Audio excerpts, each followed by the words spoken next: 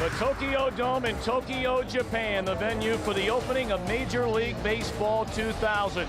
This historical series marks the first time in Major League history that regular season games have been played outside of North America. Two storied franchises, the Cubs and the Mets, have made the journey to the land of the rising sun and have been greeted with anticipation like that of a postseason game. The Mets, the Cubs in Tokyo. The baseball season has arrived international style on Fox Sports Net. Just sellout crowd on hand here at the Tokyo Dome as the games have been the last 2 days. Both of these clubs playing in exhibition games. Bobby Valentine and the New York Mets taking the field, and we're just moments away from beginning the 2000 Major League season. Here come the Mets in Tokyo.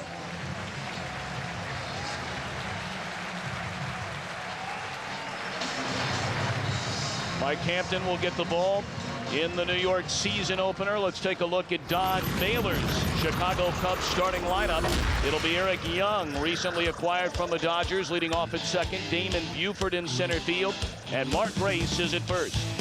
In right field, the amazing Sammy Sosa, 129 home runs the last 2 years, 0 home run crowns in the National League. Henry Rodriguez in left field. Shane Andrews is at third base. Jose Nieves gets a nod at short. Longtime Yankee Joe Girardi has returned to the Cub where he originally started. And John Lieber will start opening day. And the man they face, he is something. Mike Hampton. Oh, he's a real competitor out there on the mound. Came over from the Houston Astros. He's definitely a ground ball pitcher. Average almost 2.5 ground balls for every fly ball. Throws a sinker and a cut fastball to right-handers. Will mix in a legitimate curveball to the left-handed hitters. As I mentioned, a very, very competitive pitcher out there on the mound. Let's take it to Mets defensively. Certainly a big question mark is Todd Zeile taking over for John Olerud. His last start at first base came with Philadelphia in 1996. No problems everywhere else. Terrific second baseman in Edgardo Alfonso. The shortstop, his double playmate, is Ray Ordonez. Ordonez, 3 consecutive Gold Gloves, and of course flanking him is Robin Ventura, who's won 6 Gold Gloves. I'm not sure there's anybody flashier than Ray Ordonez at shortstop. Just a marvelous defender. In the outfield, 41-year-old Rickey Henderson. We'll talk a great deal about him tonight. There have been trade rumors involving Henderson. In center field, solid, not spectacular, it's Darrell Hamilton. And in right, also coming over from the Houston Astros, Derek Bell.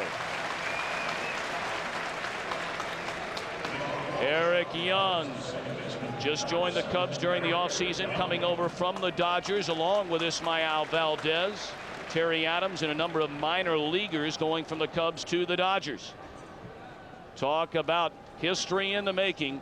The very first pitch delivered by Mike Hampton will immediately be taken out of play, and that ball will make its way to Cooperstown, New York, in the Baseball Hall of Fame.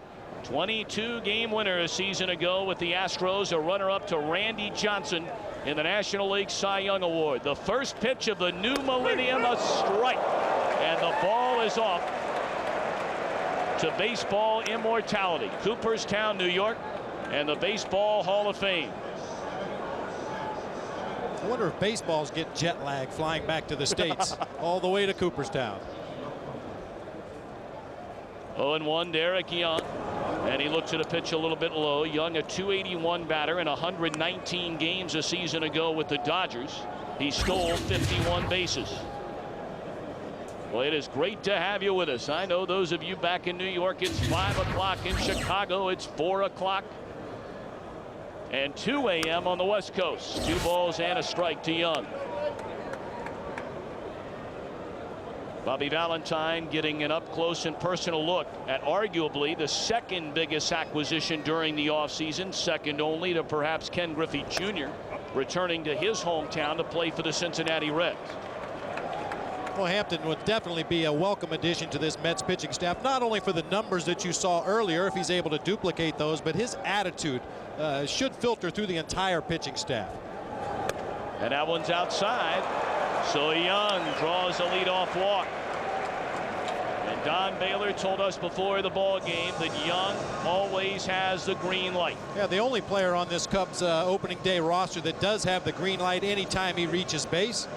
Don Baylor also told us that even though he doesn't have a great deal of team speed, that's a lot of very intelligent base runners, plans to use a lot of hitting and running, get runners in motion, get the players involved in the flow of the game rather than just wait back for the long ball. Now the batter Damon Buford came over from the Boston Red Sox, and he looks at ball one outside. Buford only appeared in 91 games a season ago. Hit .242 for the Red Sox, 6 home runs and 38 batted in.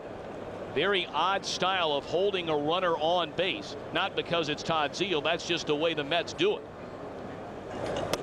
And they do it with left-handed pitchers on the mound more so than right-handers, but in Todd Zeile's case, playing a new position, an odd way of holding the runners on base. You can see him out there near the cut of the artificial turf. We saw him in the exhibition game last night against the Tokyo Giants. A little confusion over there at first base, but those are learning pains that Todd Zeile, I'm sure, will have over there at first base. 1-1 Young running, throw by Piazza, a beauty, but not in time. It was a little high.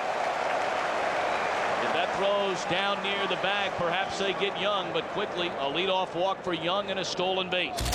A lot of hard work this spring training for Mike Piazza, working with John Bad Dude Stearns on the coaching staff of the Mets this year, trying to correct some flaws in his footwork, also his arm angle on his throws to second. As you said, Tom, if that throw was down on the bag, they had a pretty good chance to get Eric Young at second base.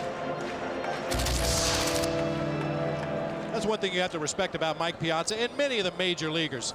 Mike Piazza could very easily rest on his laurels, be considered an offensive catcher only, but he wants to improve himself defensively behind the plate. As I mentioned, put in a lot of hard work this spring. Let's see if they ask Buford to get that runner over to third base. 1-2 pitch, and he fouls it back off Piazza's shin guard. It remains a ball and 2 strikes. Little things, little things. Baylor talked about it at length before the game today. He knows his team is thin, as you mentioned in the outset. They have so many injuries to key guys on the bench. Not a lot of depth there right now. Willie Green is hurt, his top left-handed pinch hitter. His top outfielder off the bench, Glenn Allen Hill, is hurt. So they have to execute when they get their chances.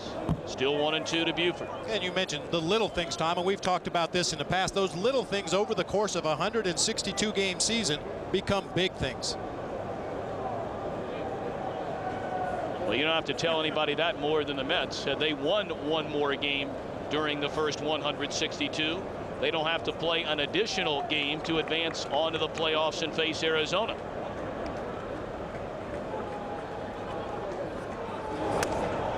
Fastball missed high and away. 2-2 on Buford. Well, we have had a wonderful time the last few days in Tokyo. A marvelous country, a wonderful culture, and they love their baseball. Very knowledgeable baseball fans. They understand how the game works. They anticipate Damon Buford trying to move the ball to the right side of the field right here. Buford continues to foul the ball off, appearing to be pulling it to the left side. This is another one of those little things we talked about a moment ago. Buford has to try to advance Eric Young to third base with 1 out. Give Mark Grace and Sammy Sosa an opportunity. Even with 2 strikes, Damon Buford handles the bat well enough that he should be trying to push that ball to the right side. Jeff Pentland, the hitting coach for the Chicago Cubs, I'm sure will drill that into some of these players, that they're not going to be able to wait for the long ball this year. And he shoots it into right field. It'll fall for a hit. They'll wave around Young. Here comes Bell's throw to the plate. 1 hopper slide. He's safe. The throw up the line by a couple of feet. 2 batters in a run for Chicago. The first run of the new millennium. Nice piece of hitting by Damon Buford, just punching that ball out into the right field corner. A strong throw by Derek Bell on a hop to Mike Piazza, but as you see, up the line just far enough to give Eric Young room to get in behind Mike Piazza. As you mentioned at the top of the show, Derek Bell, somewhat of a question mark out there in right field. At times will show flashes of brilliance, at other times seems a little lost out there defensively, but a nice throw that time, just a couple of feet too far up the line. And that ball also will make its way to the Baseball Hall of Fame. The first hit in the year 2000, the first run in the year 2000. So bone up, fans. I know it's early in the morning back in the States, but that'll be a good trivia question.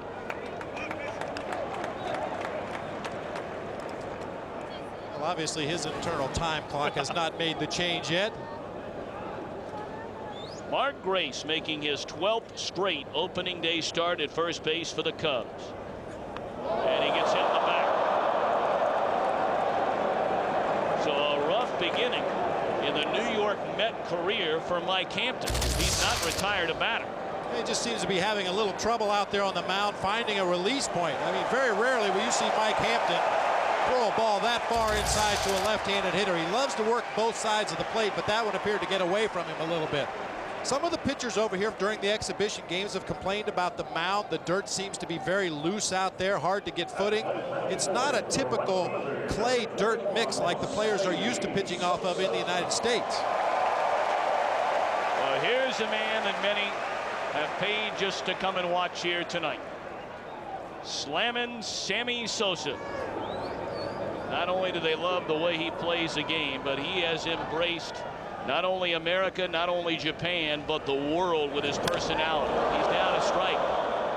That looked like McGuire's swing right around 61 with all the flash bulbs in the seats. Sammy put on quite a show in batting practice in the exhibition games as well as this afternoon before this ball game, hitting balls off the roof of the stadium way out there in left field. Oohs and ahs from the fans here in Tokyo. Sosa up there with 2 on and nobody out. 1-0 Chicago here in the opening inning. And the 0-1. Strike called on the outside corner. Sosa has had his problems with Mike Hampton through the years. Nice pitch right here from Hampton. He seems to be able to get the ball down in the strike zone a little better. Sammy Sosa will do that to a pitcher. He'll either bring out the best or bring out the worst. And Mike Hampton is not a guy that's afraid of a challenge. And as you mentioned, he's had his way with Sammy Sosa. 0-2 pitch. Fastball up, hoping Sammy would chase it. He didn't. Now, Sammy will chase that high fastball up above the letters from time to time. Definitely a low ball hitter. Most pitchers try to get ahead of Sammy and then lead him out of the strike zone, either with bad breaking balls or fastballs up high out of the zone. 2 on, none out. And a 1-2 pitch to Sosa on the ground should be 2. Ordonez, Alfonso, Zeal. It is a double play.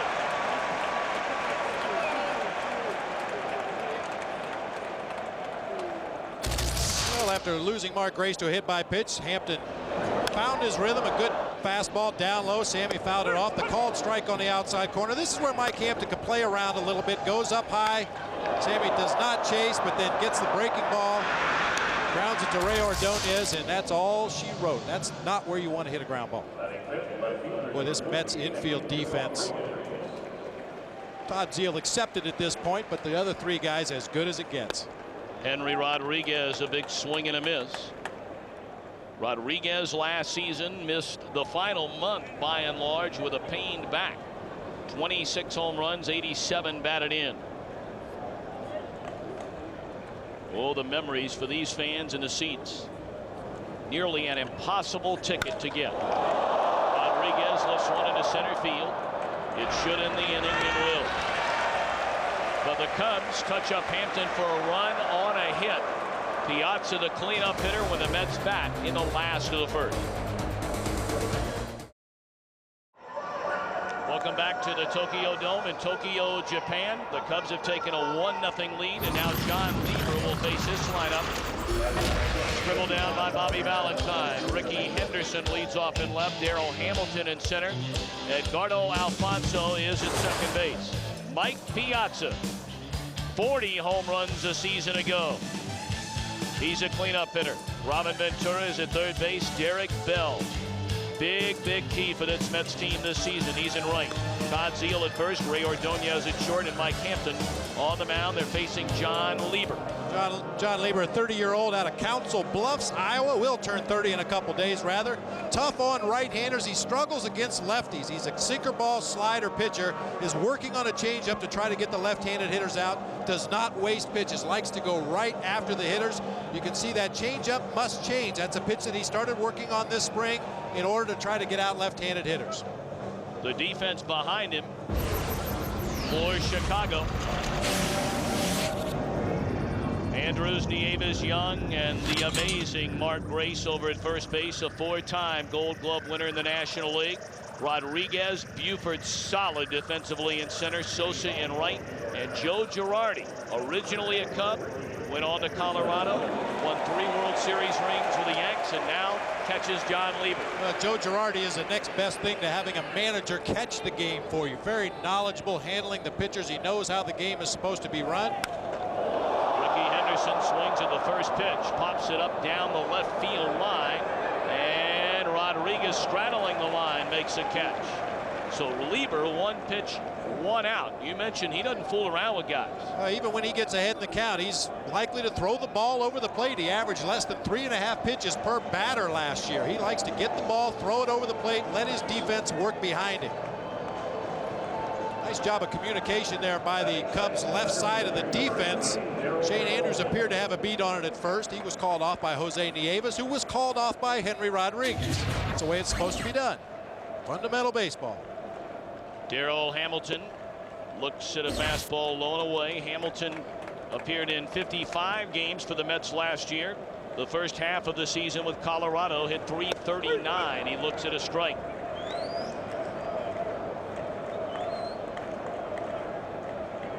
Hamilton's surprising power last season. Granted, the first half better than the first half with the Rockies in the Mile High Air.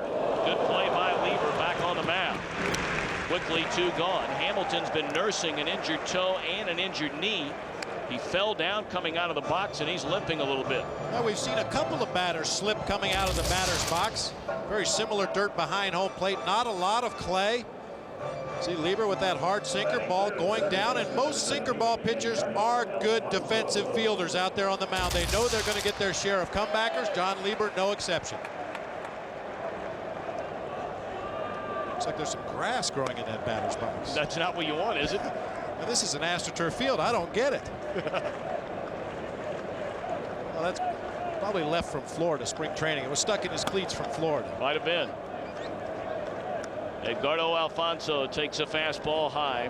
A marvelous year for the native Venezuelan last season. You see the 27 home runs, 108 runs batted in. He hammers one into left center field, and that will go to the wall. Alfonso on his way to second. He had 41 of those as well last year.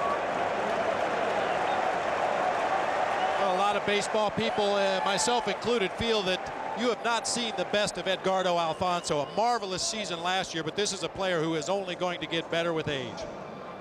Well, here's another guy that continues to get better and better with age. Mike Piazza.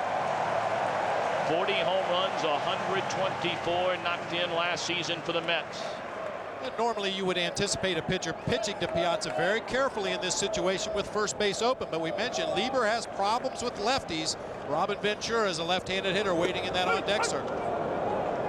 So you go after Piazza? Well, that's Lieber's MO. He goes after every hitter. Unless the situation absolutely screams to pitch around a hitter, he's going to throw the ball over the plate, try to get the batter to put it in play weakly.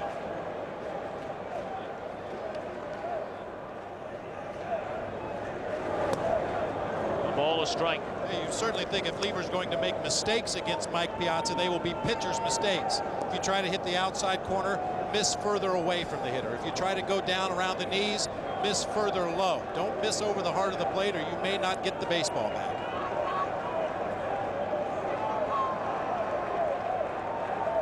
Oscar Acosta, the pitching coach, high bouncer over to third base. Andrews has it, and the inning is over. An impressive opening inning for John Lieber. 1 hit, 1 left. The Cubs lead at the end of 1-0.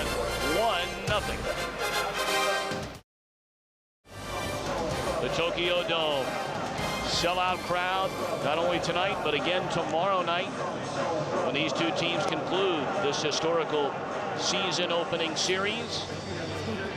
Hot dogs, get you hot dogs. Oh, I'm sorry.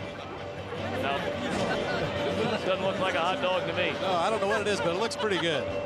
Although you can get hot dogs here at the ballpark. But take a look. You better bring your wallet. Hot dog will cost you $3.80. We're doing the conversion for you. I know it's early. Shrimp tempura, Bobby. You were dining on that a day or two ago. $8.50. And the sushi platter. $18. Well, a lot of people love that sushi. They have young ladies carrying kegs of beer up and down the aisles here at the Tokyo Dome. Not a bad thing at all. And you can't miss them. They wear that neon green and orange. You can see the vendors everywhere in this ballpark. You don't have to look for one. We begin the second inning. Shane Andrews. See his numbers last year. Released by the Expos, picked up by the Cubs. He did hit 5 home runs in 19 games, and they liked what they saw. They figured, why not give him a chance to come back?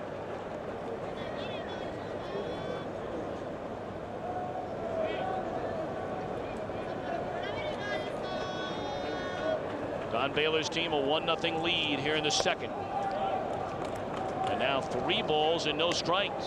It'll be interesting to see how Mike Hampton works with his new battery mate, Mike Piazza, behind the plate. Piazza has been criticized in the past for his lack of skill behind the plate. I mentioned worked very hard this spring on improving that aspect of his game. We asked Mike Hampton about working with his new battery mate this spring. You know, I think we've been working actually pretty well together this spring, and I think we'll only get better. You know, you hear about how great he is offensively, and he's a hazard defensively. You know, it's just going to be tough. You don't see that at all. He's actually a good catcher. Well, Mike Hampton, 25 pitches already in this ball game. Neither pitcher on any kind of a pitch count at this point. Spring training is over, boys and girls. This is the real deal. But 25, now 26 pitches through the early going of this game. That's a high total for Mike Hampton. And it's been an atypical Mike Hampton through the first inning. Plus, you mentioned the high pitch count. He has walked 2, he's hit a batter, and allowed a run. Jose Nieves, a late addition to the Cubs starting lineup. He takes a fastball high, 1-1. Ricky Gutierrez was originally in the starting lineup at shortstop, but then came down with a strained left rib cage muscle. Damon Buford moved from 7 in the lineup up to the 2-hole, and Nieves gets a nod at shortstop. And Damon Buford gets the first hit in the year 2000. How about that? The stars are aligned on the ground. Ordonez will take it himself. Double play, second of the game, turned by the Mets. Well, that's absolutely a tailor-made double play there. Chopper over the mound. That AstroTurf field, you know the ball's going to get to Ray Ordonez. He fields it, throws on to first base in plenty of time. And once again, Nieves slipping as he comes out of the batter's box. Something to keep an eye on as this game goes on. You mentioned we talked to Joe Girardi at length about that dirt around the home plate area as it's strike 1 to the aforementioned Joe Girardi. Said by the time he stepped in there for BP, it was about 4 inches deep. Well, we've all seen sand lots, little league games, high school games, whatever the case may be. The all dirt fields with no clay to give support, and as the game goes on, those holes get deeper and deeper. Makes it very treacherous for a catcher behind the plate, and it makes it tough for the hitters as well to come out of that batter's box. 2 balls and a strike to Joe Girardi, who won 3 World Series rings in 4 years with the New York Yankees. You get a look at that area around home plate, starting to get chewed up. The lines are disappearing inning by inning. That's not unusual. What is unusual, however, is the depth of those holes as the batters continue to dig in there to get a foothold. Breaking balls in the dirt be very tough for the catchers to handle, and as we've seen, several of the hitters have had trouble getting out of the box. Seems to be very wet as well.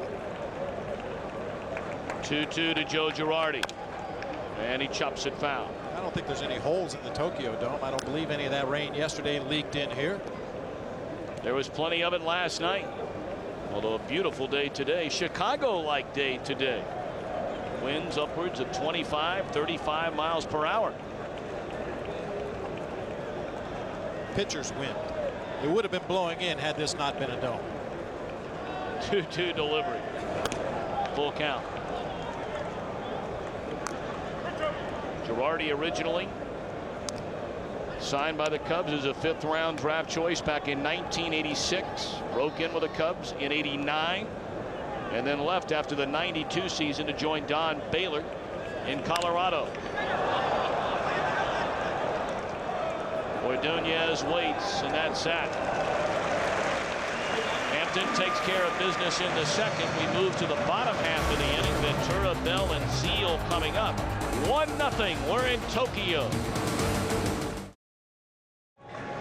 1-0. We go to the bottom half of the second inning. John Stearns, the Mets coach, wearing a microphone for us. Our Fox sounds of the game. Freddie, I like those unis you and Scotty got on. I like it. You held that back from us in spring training, all spring. You didn't break it out till opening night. I like it.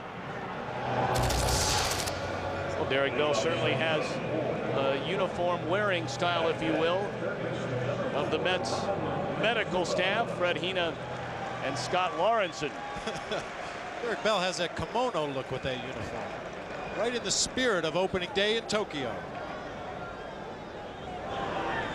Bottom half of the second inning. Mets trailing John Lieber and the Cubs 1-0. Robin Ventura looks at ball one high and away. Ventura, a monster season for the Mets last year. In fact, the best season of what has been an outstanding major league career for Ventura. 1-1. Pretty much shoots holes in that theory that it takes a hitter a year to learn the pitchers in a new league. Robin Ventura didn't seem to have much trouble learning the pitchers in the National League last year.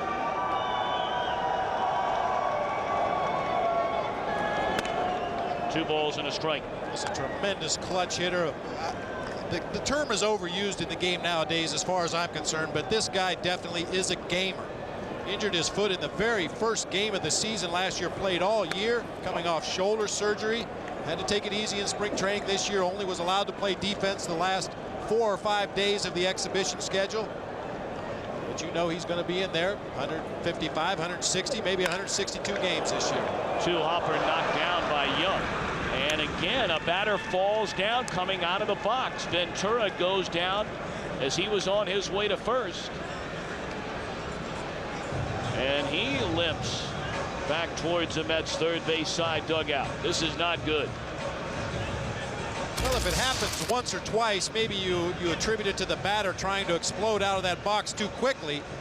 But when every other hitter is slipping coming out of the box, obviously something needs to be done. I wouldn't be surprised if Randy Marsh, the home plate umpire, stops this game, or perhaps between innings, calls the grounds crew out there and tries to do something to firm up that dirt around the home plate area. Well, you certainly hope that Ventura is okay. You'd hate to see any player from either team injured because, well, because the home plate area, quite frankly, is not up to major league standards. As I said, it's quite apparent that it's not just a player or two. Almost every hitter has stumbled or slipped coming out of that batter's box. Ventura, the worst, actually went all the way down to the ground. Derek Bell, a big-time question mark for the New York Mets. He knocked in 108 runs 2 years ago, really struggled last year. Popped up in a shallow right center, and Young goes out to get it. 2 up, 2 down in the New York second inning. Bell in the last year of his contract, and the Mets are banking that the real Derek Bell was 1998 and not 1999. Well, it remains to be seen. Derek Bell was very close to his former hitting instructor with the Houston Astros, Tom McCraw. Tom McCraw was on the shelf for a while, battling cancer. Harry Spillman came in to take over as a hitting instructor. Derek Bell's numbers went down. He said he missed that relationship he had with Tom McCraw. Working with Tom Robson, the new hitting coach that he has this year with the Mets, it remains to be seen what kind of a relationship the coach and player will develop. Todd Zeal has big shoes to fill as well. John Olerud elected to go back to his native land, if you will, the great Northwest, where he grew up in Washington. He signed as a free agent with the Mariners. The Mets did just about everything they could to keep him. But they brought in Zeal, and he is a solid player. He puts up consistent numbers every year. A guy like Todd Zeal, Eric Karras, another player that comes to mind. You can write down their numbers the first day of spring training. 90 or more RBIs each of the last 4 years. He's always around 20 to 25 homers. But he comes up empty against Lieber. 1-2-3 inning. Lots of problems around the plate. And Randy Marsh Marsh. We'll see if he elects to call out the grounds crew. Guys have slipped and fallen out of the box through the first 2 innings here tonight. The Cubs lead 1-0. Back at the Tokyo Dome in Tokyo, the Cubs lead the Mets 1-0. Chip Caray joined by the Commissioner of Baseball, Bud Selig. Mr. Commissioner, first of all, congratulations on this historic night in Japan. Your feelings on what you've seen this week? Well, it is historic, Chip. This has been a wonderful week. I know that you're never quite certain how things are going to come out, but just to be here and watch the passion and the interest, and this is just a wonderful experience. In fact, when I was walking out in the field with Hank Aaron and Don Fehr, Hank said to me on the way out, "Would you have ever believed we'd be here?" I mean, this is just, it's a great night for baseball. Who would have ever thought we'd be opening the season in Tokyo? And everything just couldn't have been better all week long. They've been wonderful hosts, and I know the teams have enjoyed it. And the internationalization of our sport will continue, because this is really, the more you're around, you know this is absolutely the right thing to do. You know, regular opening day, of course, will be April 3rd back in the States. In a thumbnail, can you give us the state of the game for the year 2000 now? Well, you know, we're in the midst, Chip, of a remarkable renaissance. I believe by any objective criteria, the game has never been more popular. We'll set another all-time attendance record. Next week, we're going to open 3 new ballparks in San Francisco and in Houston and in Detroit. And so the year, when you look at the divisions, the races look like they're going to be extremely competitive. I think 2000 is going to be a spectacular year. I really, and it's just a great way to start. There are a lot of issues still confronting the game of baseball. The umpiring situation is going to be new, the possibility of realignment. What concerns you with the game of baseball at this time? Well, you know, in the midst of this renaissance and its great popularity, there's no question about it. Most of these issues, I think we can work our way through. Clearly, the issue of disparity and the economics of the game are something I spend a great deal of my time on, and we'll get it done. We have a lot of work to do, and there's no question that there are those problems, and they do exist. And it's paradoxical, because here you are in the midst of this tremendous popularity, but we have some problems that need to be solved, but we will solve them. Hopefully we can solve that situation at home plate. A little bit tough in the batter's box at this point. Well, they're having a tough time getting out of it, and they need to work in the dirt a little bit. But enjoy the night. Congratulations. Thank you, Chip. Pleasure to be with you. Thank you. Tommy, Bobby, back to you. Thank you very much, Chip. Great to have the commissioner with us right here on Fox Sports Net. And certainly baseball very much basking in the glory of this 2-game series. I know there's been a lot of talk about, you know, the jet lag. How will the teams be affected when they return back to the United States? But this is so great for the international game.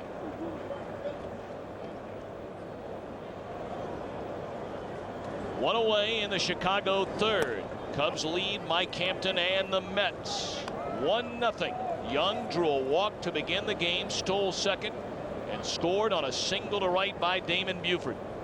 Well, we've got it all for you in Japanese and in English. Can you read that top line?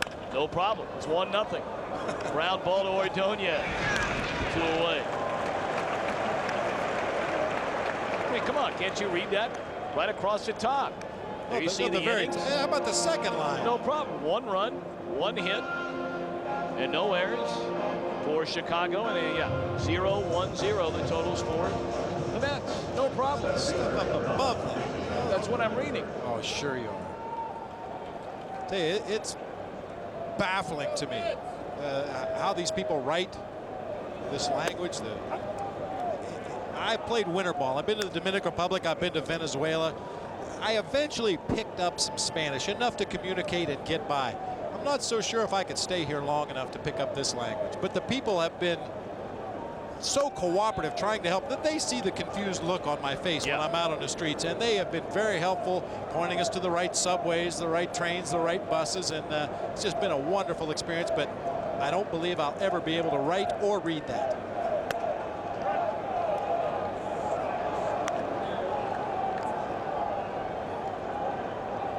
Damon Buford, his father Don, played professionally here in Japan. Of course, also played Major League Baseball with, among others, the Baltimore Orioles.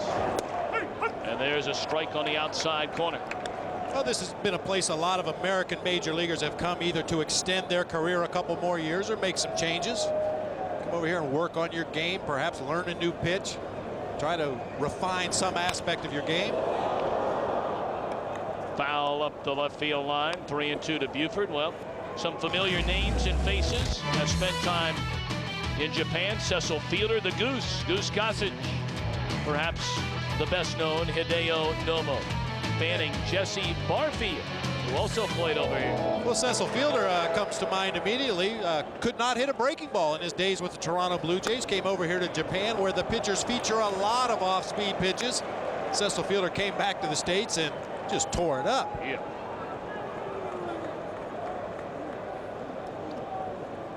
Third walk of the game issued by Mike Hampton. Some of the U.S. stars and what they've done here in Japan. Randy Bass, a triple crown back-to-back years in '85 and '86. At batting average, a Japanese league record. Boomer Wells, and no, that's not David Wells, won 4 batting titles. Taken high as Buford fakes taking off for second base. And then Laurent and Leon Lee combined for 551 home runs. Not a bad tag team right there. Not bad at all.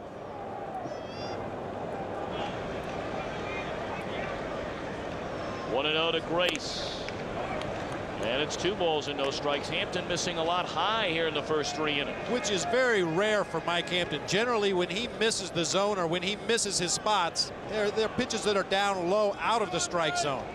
Hanging a lot of breaking balls up high in the zone. That cut fastball just not able to get it down where he'd like. 3-0 to Grace.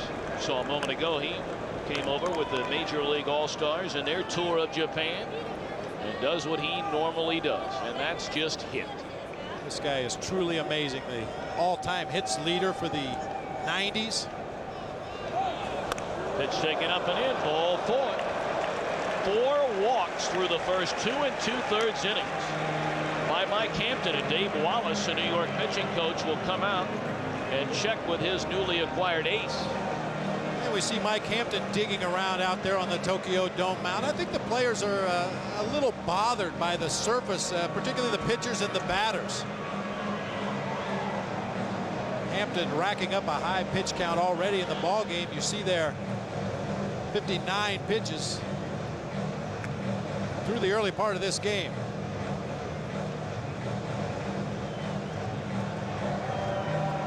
And generally, Hampton works a lot like John Lieber. They want to get the ball, throw it over the plate, get ahead of the batter, force them to put the ball in play, let the defense work behind them, and get back in that dugout and let their batters go to work. Slammin' Sammy undoubtedly will reach 7 years of 30 or more home runs before this 2000 season is over. The Cubs have given John Lieber a 1-0 lead. They have 2 on with 2 out, and Sosa looks at a strike. Sammy bounced into a 6-4-3 double play in the first inning. Well, much was made of Don Baylor's comments going into spring training that he wanted to see Sammy be more of a complete player, refine the other parts of his game, his defense, his base running, his base stealing. Not worry so much about just going up there and whirly-birding, trying to hit every pitch out of the ballpark. If a pitcher makes a mistake, Sammy Sosa is going to hit it out of the ballpark. Take the singles, take the doubles, get on base, set the table for your teammates. If the guy makes a mistake, go ahead and hit it in the seats.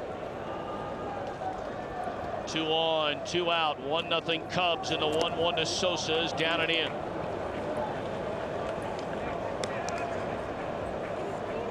If you weren't with us, Hampton has owned Sosa during their respective careers. The last 2 seasons, and Sosa has been hitting home run after home run, has not hit a home run the last 2 years against Mike Hampton. 3 balls and a strike, and a hitter's count coming up.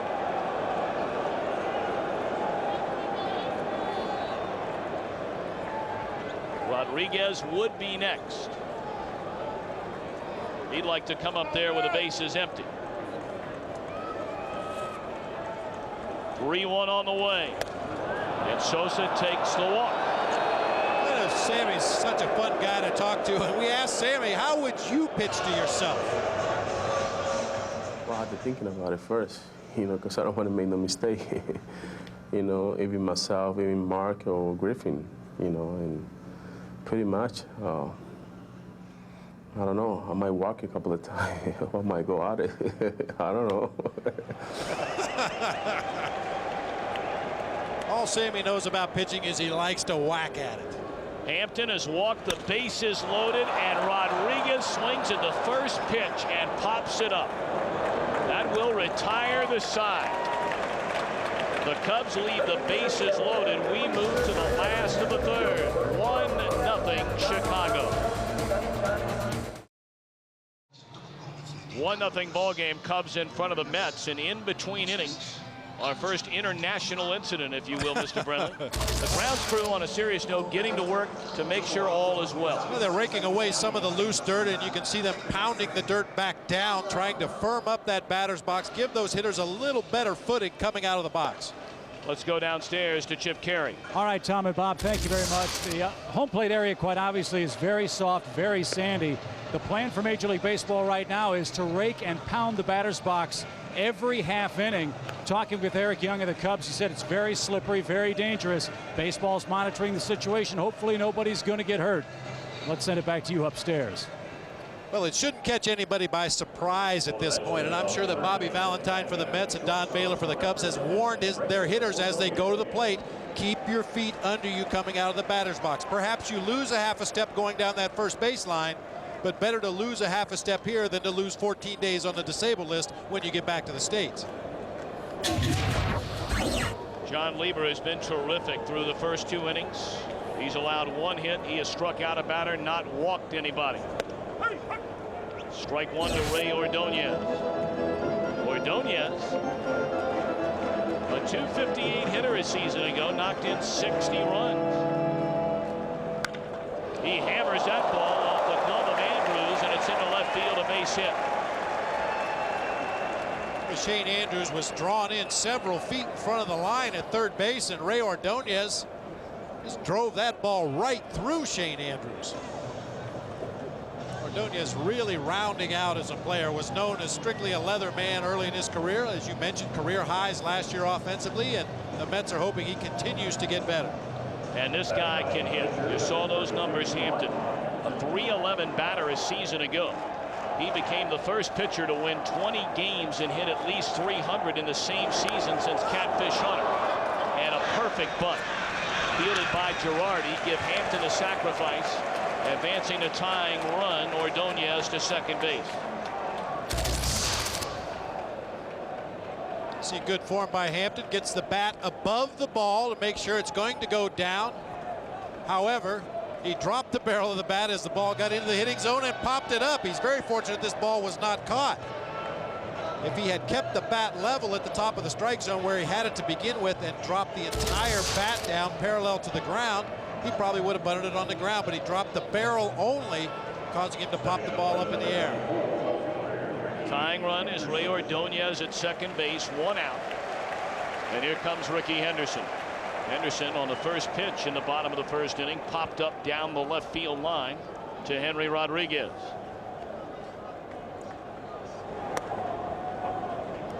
Let's take a look at that bunt by Mike Hampton. You can see he's got the barrel of the bat up. It's level right there. That's pretty good position right there to put down a sacrifice bunt. But as the ball gets into the hitting area, you saw the barrel of the bat drop down underneath the ball. You have to come down with both hands and keep that bat at the angle you want it. Henderson looks at a strike, 1-1 to Major League Baseball's all-time stolen base leader, 5th all-time in runs scored, 3rd all-time in walks. A lead pipe cinch first ballot Hall of Famer. 2 balls and a strike. 41 years old, born on Christmas Day, 1958, and he can still get it done. I know you'd get some argument from baseball people, but for my money, the greatest leadoff hitter to ever play this game. Combination of speed, power, and a little bit of flair. Oh, yeah. Drilled into left field, a base hit. Ordonez had to wait to see if the ball would be caught, so he advances only to third. And now the show begins. Rickey Henderson on at first base. He said he wasn't running much in spring training. Didn't run at all in the exhibition games that the Mets played here. As we get a look at Ordonez as he takes his secondary lead off the bag. Had to wait momentarily to make sure that line drive got through into the outfield before advancing to third base. Mentioned Rickey hasn't been running a lot in spring, but watch him tonight. Rickey made a promise during a telecast of the exhibition game 2 nights ago on Japanese television that he was saving his running for the fans in Japan, and that starts tonight. Darryl Hamilton bounced out to Lieber in the first inning, and it's ball 1 high and away.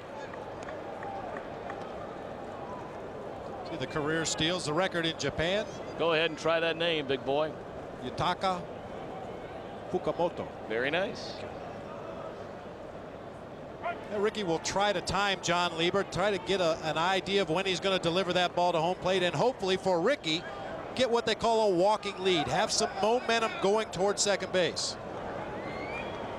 That was almost a disaster for all parties concerned right there. Henderson had come back to the bag. Apparently it asked Angel Hernandez, you see the umpire behind him, for timeout. Nobody else knew it, including Lieber, who was already in the pause in his stretch. The 1-0 to Hamilton. In the air, foul ground up the left field line. Andrews a long run, and he won't get to it.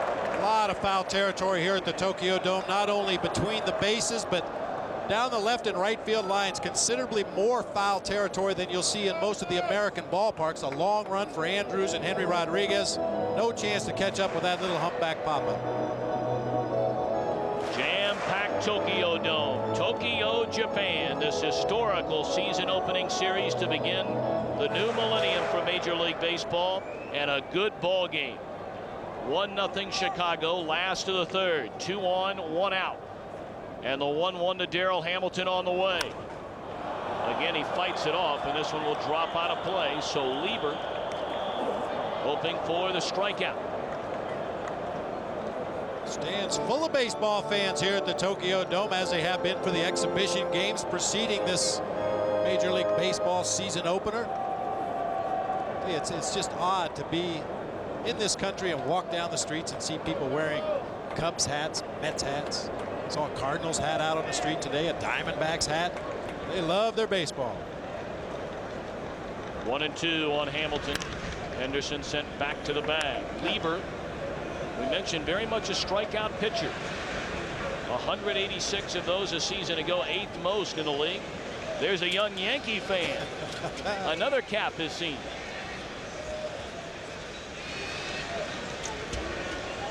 One-two to Hamilton. Henderson running, and it's in the air, left field. This should bring in the tying run. Ordonez tags. Rodriguez throws, and it's not going to be in time. Hamilton, the sac fly run batted in. 1-1. Well, Henry Rodriguez made that play closer than I thought it was initially going to be. Rodriguez not known for his throwing arm, but he got himself in pretty good position. Was able to move into the ball. We'll get a look as Rickey is running on the play. Ray Ordonez goes back to tag. You can see Rodriguez had his momentum coming toward the plate. Uncorks a pretty good throw, just too far into foul territory for Joe Girardi to get back and apply a tag. Well, I'm with you. We haven't seen Rodriguez make that good of a throw in a couple of years. You don't really have to have a great arm in the outfield if you do things correctly. We talked about Don Baylor and the emphasis on fundamentals this spring. Outfielders can get themselves in a proper position so that their momentum is carrying them towards their target. It'll make up for a lot of weakness in the arm if you get your body into a good position. 1-1 ball game. Henderson at first, 2 away. We're in the last of the third inning. And as we said, Rickey was running on that pitch that was flied into left field by Darryl Hamilton, and now with 2 outs in the inning, I wouldn't be surprised to see Rickey smile first and then try to steal second.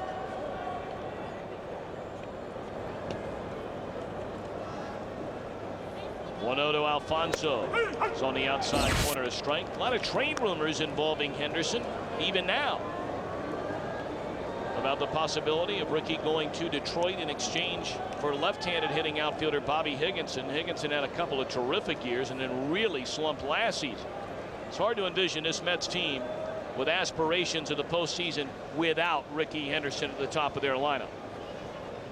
Well, very little speed up and down the lineup other than Rickey Henderson and Darryl Hamilton to a certain extent. Not an explosive base stealer, but you have to have that guy at the leadoff spot to make things happen. A guy like Rickey gets on base, he draws the attention of the pitcher.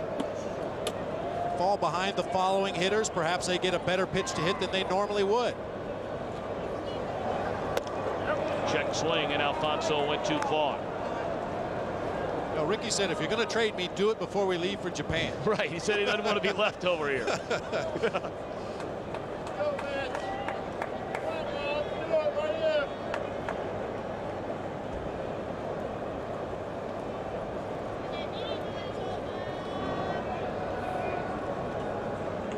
One ball, 2 strikes on Edgardo Alfonso. And again, Henderson back standing up. You can see Rickey's style. He gets out there very near the end of that dirt strip at round first base, and he'll have both feet together. And then as Lieber goes into his set position, see Rickey's got both feet together right there, waiting for Lieber to go into his set position.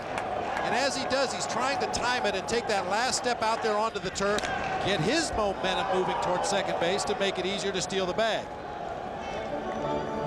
Rickey has always been one of the harder head-first sliders in the game, has done it throughout his career, miraculously has avoided major injuries, but really accelerates into his head-first slide.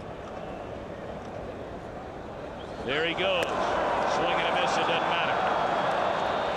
But the Mets tie the game. RBI sac fly by Darryl Hamilton, and the grounds crew will get back to work. This will be the story the rest of the night. 1-1 as we move to the 4th in Tokyo.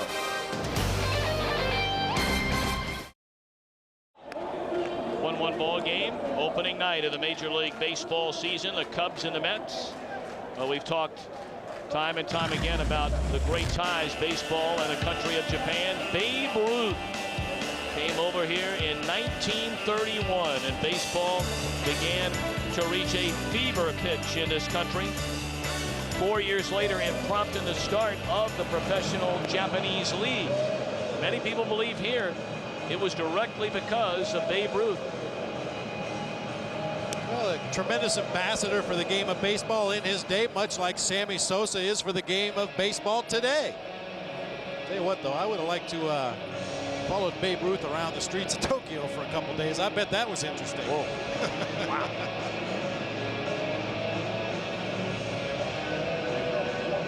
Shane Andrews, Jose Nieves, Bill Girardi due up for the Cubs against Mike Hampton. The 22-game winner a season ago came over in a trade from the Astros. 27-year-old native of Crystal River, Florida. He's only allowed 1 hit, but he has walked 5 batters in the game. And he starts Shane Andrews with a big overhand curveball, a pitch that he's used very sparingly to this point of the game. You see the 5 walks. He averaged only 3 per 9 innings last year.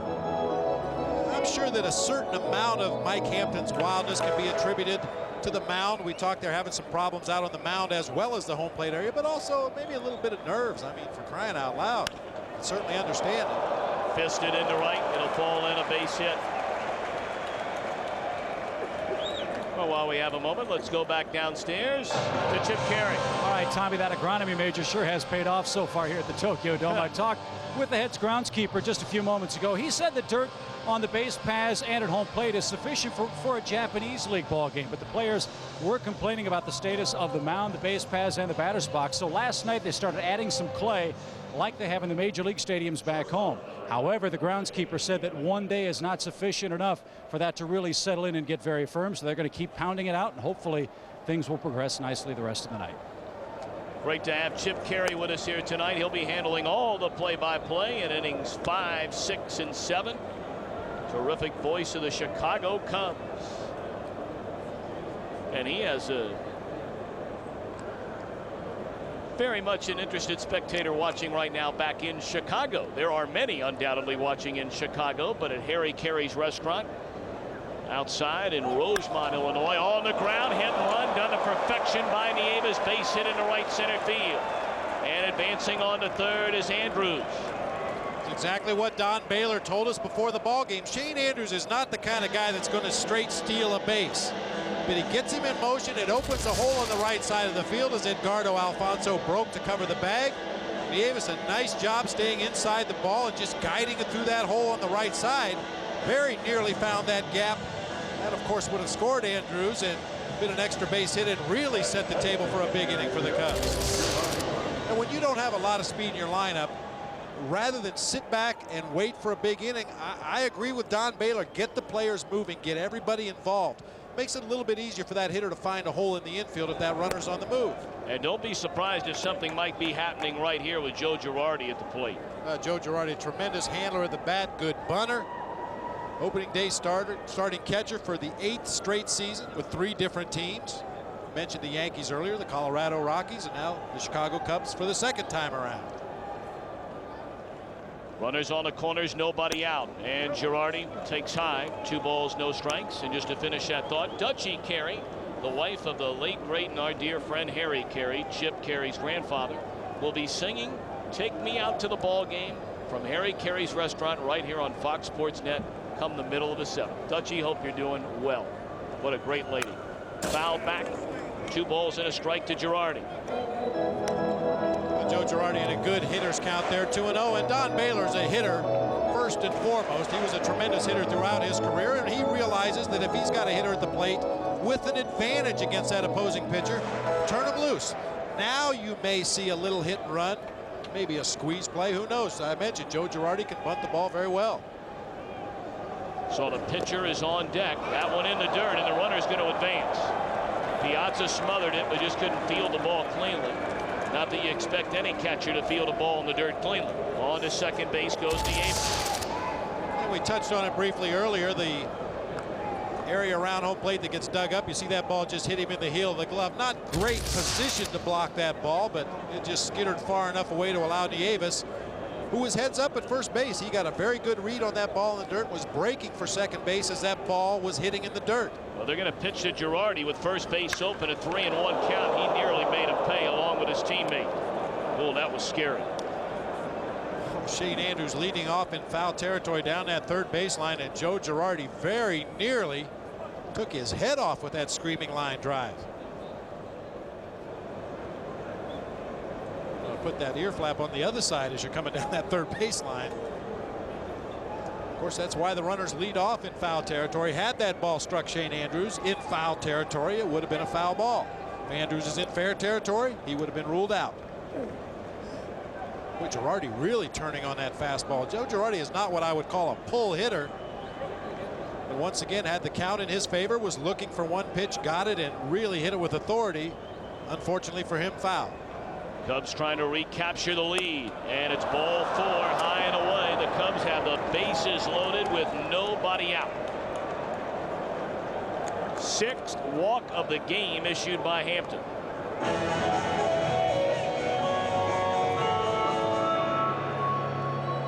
If you're wondering at home, is anybody getting loose in the Mets bullpen? Well, that's news to us as well.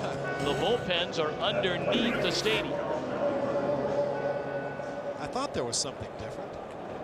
There's no bullpens here. Lieber, a 121 hitter a season ago with 2 runs batted in. Outside and low, ball 1. Lieber hit a fly ball quite well into left center field, caught by Hamilton his first time up.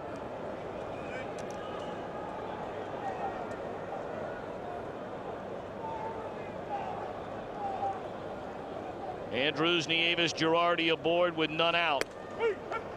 A ball, a strike. Well, you ask and you shall receive.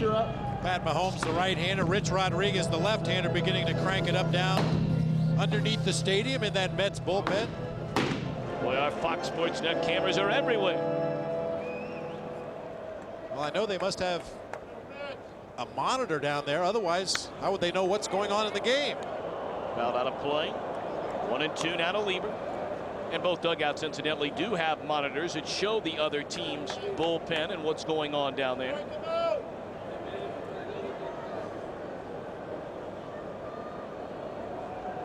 Hampton needing a strikeout. Or the ground ball double play here. The Cubs have them loaded with nobody out. And the 1-2 to Lieber. Fouled away. Well, this is where somebody on the Cubs bench is probably yelling at John Lieber right now. If you feel like you're going to hit into a double play, strike out. Right. Of course, it's not that easy, but that's the sentiment right now for Don Baylor. Geez, I'd sure like to see you get a base hit, but I'd hate to see that ground ball at Ray Ordonez. So if you feel like you're going to hit a ground ball at somebody, go ahead and strike out. Come on back, put the jacket on, let the top of the order go to work. 1-2 again, pitcher versus pitcher, and Lieber able to hang in there. Puts the bat on the ball and fouls it out of play. Well, he's been able to hang in there on a couple of slow breaking balls from Mike Hampton. Maybe time to go up the ladder with a fastball. Most pitchers have a little trouble hitting that high fastball, and Lieber obviously very much in a defensive mode up there at the plate. Might just chase a bad pitch up high out of the zone. Hampton on the ropes here in the 4th inning. Bases loaded with nobody out. 1-2 to Lieber. Missed down and away.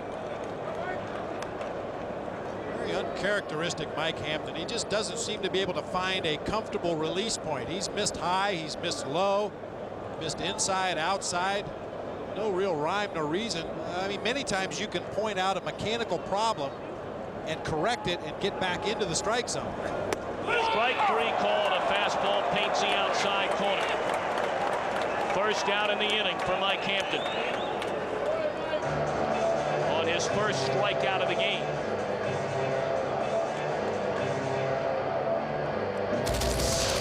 Good pitch on the outside corner. You'll see Lieber bailing out. Watch the front side of his body go down that first base line. The rear end is not real anxious to stay in there, and Hampton takes advantage and throws him a fastball on the outside corner, and Lieber just cannot react in time.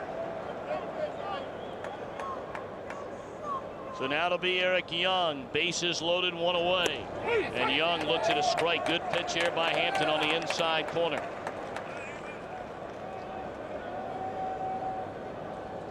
Obviously, Young runs extremely well. Very difficult to double up Eric Young. And particularly with Joe Girardi, the runner at first base, getting a big lead off, a very aggressive slider into second base. Well, this could be a double play. There's one. Piazza's throw, and that's a double play. A comebacker to the mound. Hampton feeds Piazza, and a good exchange. Piazza to Zeal. Not an easy play on either end. The ball chopped out in front of plate. Hampton with a nice play, a pirouette. The toss to Piazza, the relay to first. We stay tied at 1. 1-1 ball game. Mike Hampton delivers big time for the Mets in the bottom half of the 3rd. We caught up with Mike Piazza yesterday and asked him about what's his #1 priority going into this 2000 season. People aren't ever going to admit it, but that's my #1 job, is to go out and catch. I mean, I think hitting for me always just has been natural. I try to make it natural as well as working a lot on it. But when I get in a game situation, there's nothing I'm thinking about as far as mechanically or anything like that. I'm just trying to see the ball and hit the ball. Well, he certainly is a natural hitter. He's proven that throughout his career. And as we mentioned at the top of the show, he's worked very hard on his defense. He boxed a couple balls back there tonight, catching Mike Hampton. Hampton a little overjuiced out there on the mound, throwing the ball all over the place, which is always tough for any catcher when your pitcher's not consistently within the strike zone. But I love to hear that from Mike Piazza. Any catcher, your #1 role with that ball club is what you do behind the plate. Mike Piazza, look at that batting average. Our Toyota leaders, top averages in the 90s, second only to Tony Gwynn. He's down a strike. You know, Bobby, I mean, Piazza's an easy target for a lot of people. He's a great star in baseball. He's a good-looking guy. He's very articulate. He's fun to be around. I mean, he's got it all. But one thing he doesn't get enough credit for, this guy is just a tireless worker. That ball smoked into left center field, a base hit.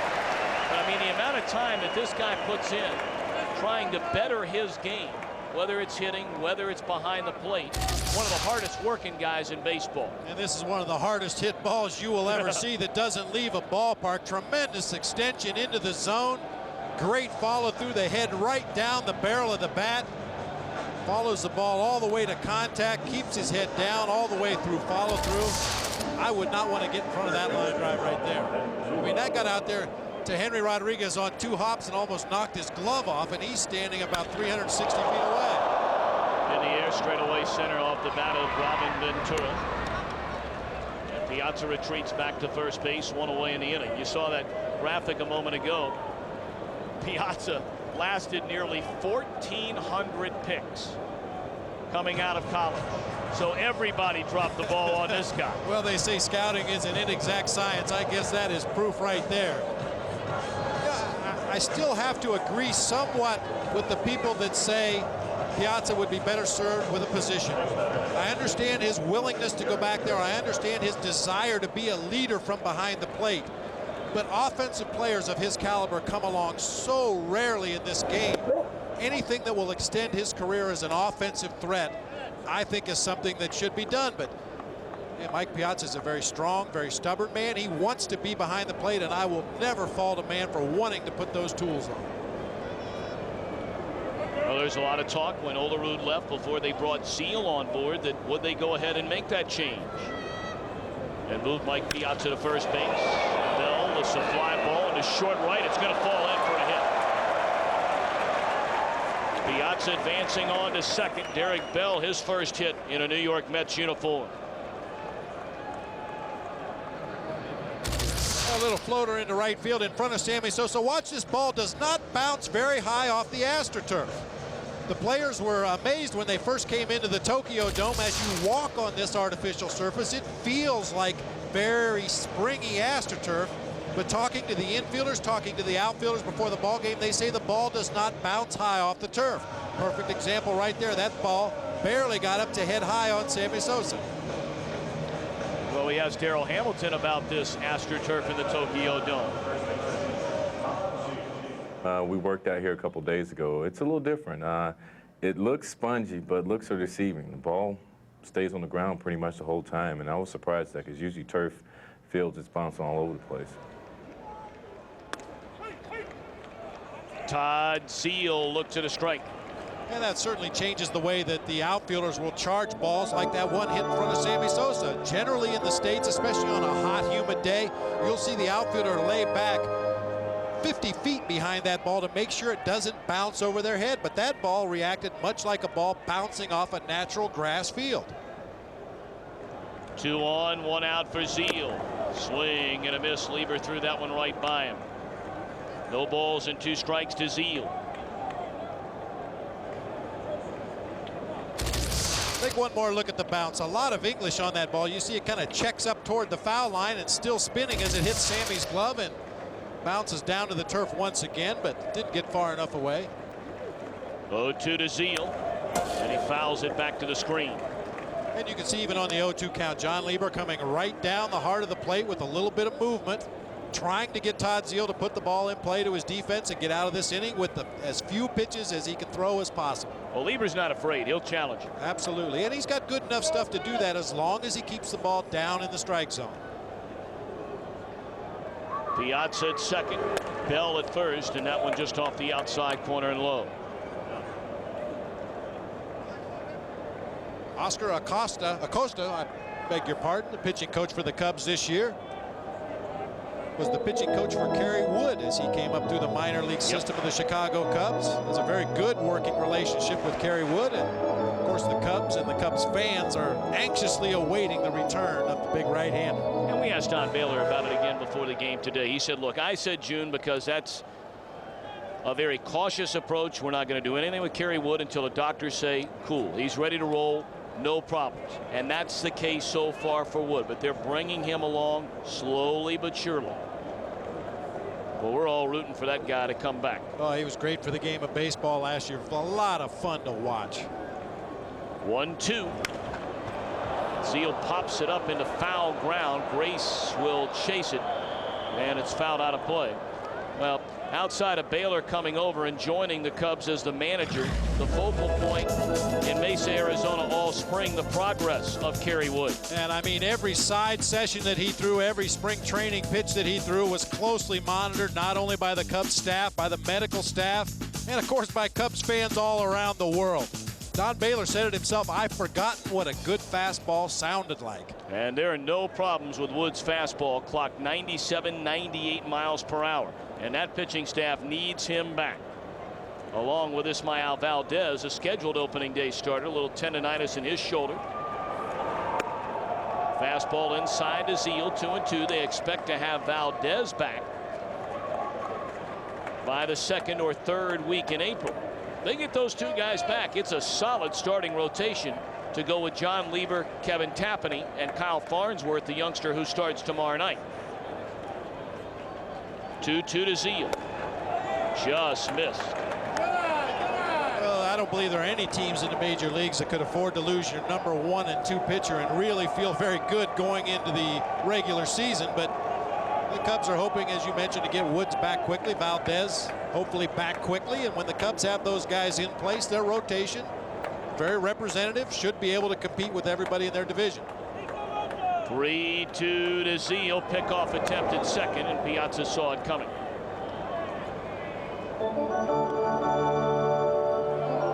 One run, 3 hits for the Cubs. 1 run, 5 hits for New York. The Cubs have the bases loaded with nobody out in the top of the 4th inning and failed to score. The Mets are trying to get their first lead of the game here in the bottom of the inning. Runners go. And Zeal lets a fly ball into right center. Plenty of room for Buford. 2 down, and Piazza tagging up. He's coming to third. Here's the throw, and it's not in time. Good base running there by Mike Piazza. Oh, great base running and great hustle. As you mentioned, the runners were on the move. Piazza was about 2/3 of the way down to third base, saw the ball in the air. We're going to get a look at it here. He's on the move. Ball's in the air. That's deep enough. I think I can tag. He hustles back to the bag at second, tags up, hustles once again back into third base, and is able to get back in standing up as the throw is up the line away from the bag. That'll win a few of the fans over last year that found a reason to boo Piazza on a pretty regular basis. I was critical of Mike Piazza a couple of years ago when he was having contract problems with the Los Angeles Dodgers. He didn't run hard to first base on a fly ball to the outfield, and I said, if a guy's trying to get $100 million, I want to see him run 90 feet. And I will honestly say that's the only time I've ever seen Mike Piazza not run out of ball. That was more representative of what Mike Piazza is to a ball club, what we just saw on that play. So now Ordonez, the number 8 hitter in the lineup, with Piazza at third. Derek Bell across the diamond at first in this 1-1 game. Lieber delivers, and it's outside and high, 2-0 with a pitcher Hampton on deck. But the way Hampton has pitched in the game, granted he got out of the jam in the 4th, but he's thrown a lot of pitches. He really has thrown a lot of pitches. I mentioned no kind of limitations on Hampton or Lieber in this ball game. No pitch counts or anything like that. But by the same token, you don't want to send your ace out to the mound at first start of the year and have a high pitch count. Obviously laboring out there on the mound throughout this ball game. He's up to 79 pitches already in this game here in the 4th inning. And you've got a fresh bullpen. These guys down in the bullpen are anxiously looking for work as well.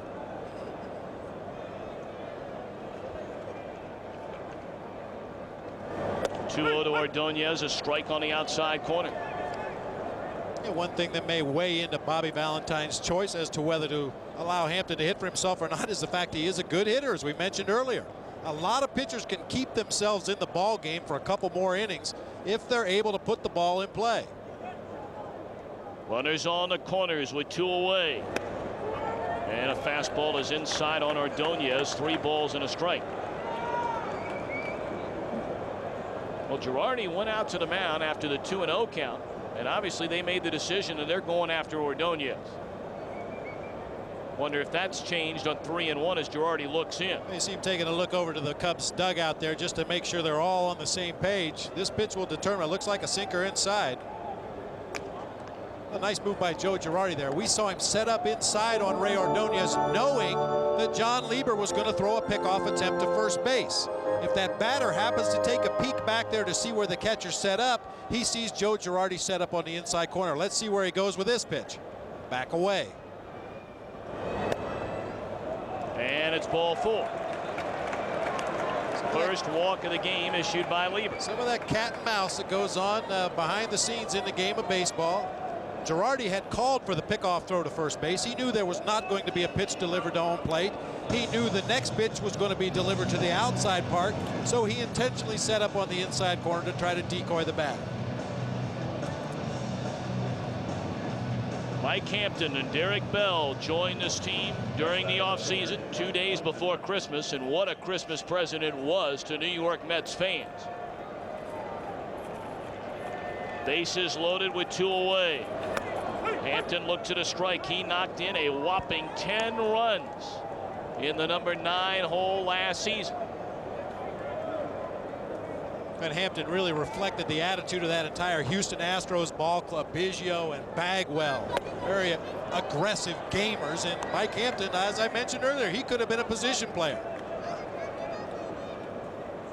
6:30 in the morning in New York City, 5:30 in Chicago, 2:30 or 3:30 for those of you on the West Coast. Tom Brenneman, Bob Brenly, Chip Carey, our entire Fox Sports Net crew. 1-1 game in the 4th inning. Mets have the bases loaded, and Hampton may have broken his bat. Nope, fouled it off up the first base line. He's still behind at 0-2. You see Hampton with that big elbow guard on. He's a left-handed pitcher, but a right-handed hitter. His pitching arm is exposed to that pitcher out there, and a lot of pitchers are opposite hitters. Randy Johnson comes to mind immediately, and I think it's a good idea for the pitchers to wear that big old arm brace. Bases loaded, and again Hampton able to fight it off. The Cubs struck first in the first against Hampton, who walked Eric Young to begin the game. Young stole second and scored on the first hit in the new millennium by Damon Buford. The Mets tied the game in the 3rd inning. Singles by Ordonez, a sac bunt by Hampton, a single by Henderson, and a sac fly run batted in by Hamilton. That's where we stand in the 4th. As Hampton hanging around, fouls it out of play. It stays 0-2. Much like a hitter, Mike Hampton just trying to foul off enough pitches to get John Lieber to make a mistake up in the strike zone where he can drive that ball through the infield. Try to drive in the go-ahead run. Oh, there's a guy that's been happy the last couple of days here in Japan. Big fan favorite, Bobby Valentine. And it's a one-hopper. What a play by Grace at first, and he'll take it to the bag to end the inning. Chip Carey will come on board and handle the play-by-play in the 5th. Look at this play with all the English on this ball by Grace. 4 gold gloves on his mantle at home. We remain tied at 1 in Tokyo. Centuries-old traditional garden, formerly the property of an Edo-era samurai. A lot like Robert Brenly, it's now located on hotel grounds in the heart of the Akasaka district of Tokyo. Beautiful place here in downtown Tokyo. Tokyo in a nutshell. If you haven't been, it's some kind of place. Bobby, 8.7 million. How many people per square mile? That would be come out around 38,158 people per square mile. 13 subway lines. We've ridden most of those the last couple of days. Average elbow room at the restaurants, forget about it. It is some kind of place. Boy, folks, if really you get a is. chance to come, make sure you do it at least once in your lifetime. And I know you feel this way, Bobby. I know I do. What a treat it is to come over here as an ambassador of Major League Baseball here in the capital of Japan. It really is, Chip. I mean, there are some very recognizable players. Obviously, everybody knows Sammy Sosa, Mike Piazza. We mentioned Bobby Valentine, a big favorite here. Tommy Lasorda has been around the ballpark the last couple of days. But, you know, the natives here, the citizens of Tokyo, they know if you don't belong here. And given the fact that this game is such a big deal, they realize that you probably have something to do with the ball game. So people are giving you that little extra look. Well, how about this ball game? A 1-1 affair. Mike Hampton has been wildly effective, and the Cubs have had all kinds of chances to score but haven't been able to do it. And Mike Hampton, like most of the Mets pitchers did last year, really relying on his defense behind him. 3 double plays to bail him out of those jams that he got in. And what a play to help himself the last half inning, erasing a bases loaded threat by the Cubs in the 4th. So Damon Buford leads things off here in the 5th. Buford today has singled home the only Cub run. He's also walked, as you and Tom mentioned. Buford originally 7th in Don Baylor's batting order today, but with Ricky Gutierrez having the rib cage problem, Don shuffled his lineup, moves Buford into the number 2 hole in the Chicago lineup. How about that shot? Little rocket shot to the right side. Alfonso guessed right. The ball skidded to his left, and it's a leadoff base hit. So Buford's aboard here in the 5th inning. And friends, be sure and tune in tomorrow as Mike Piazza and the Mets take on Sammy Sosa and the Cubs in Game 2 of Opening Series 2000. All the action from the Big Egg in Tokyo, Japan can be seen only on Fox Sports Net. Check your local listings in your region for game time, and don't miss any of this historic action. Leadoff single for Damon Buford, and now the heart of the Cub order comes calling, and Mark Grace hits a shot to Derek Bell in right, and there's out number 1.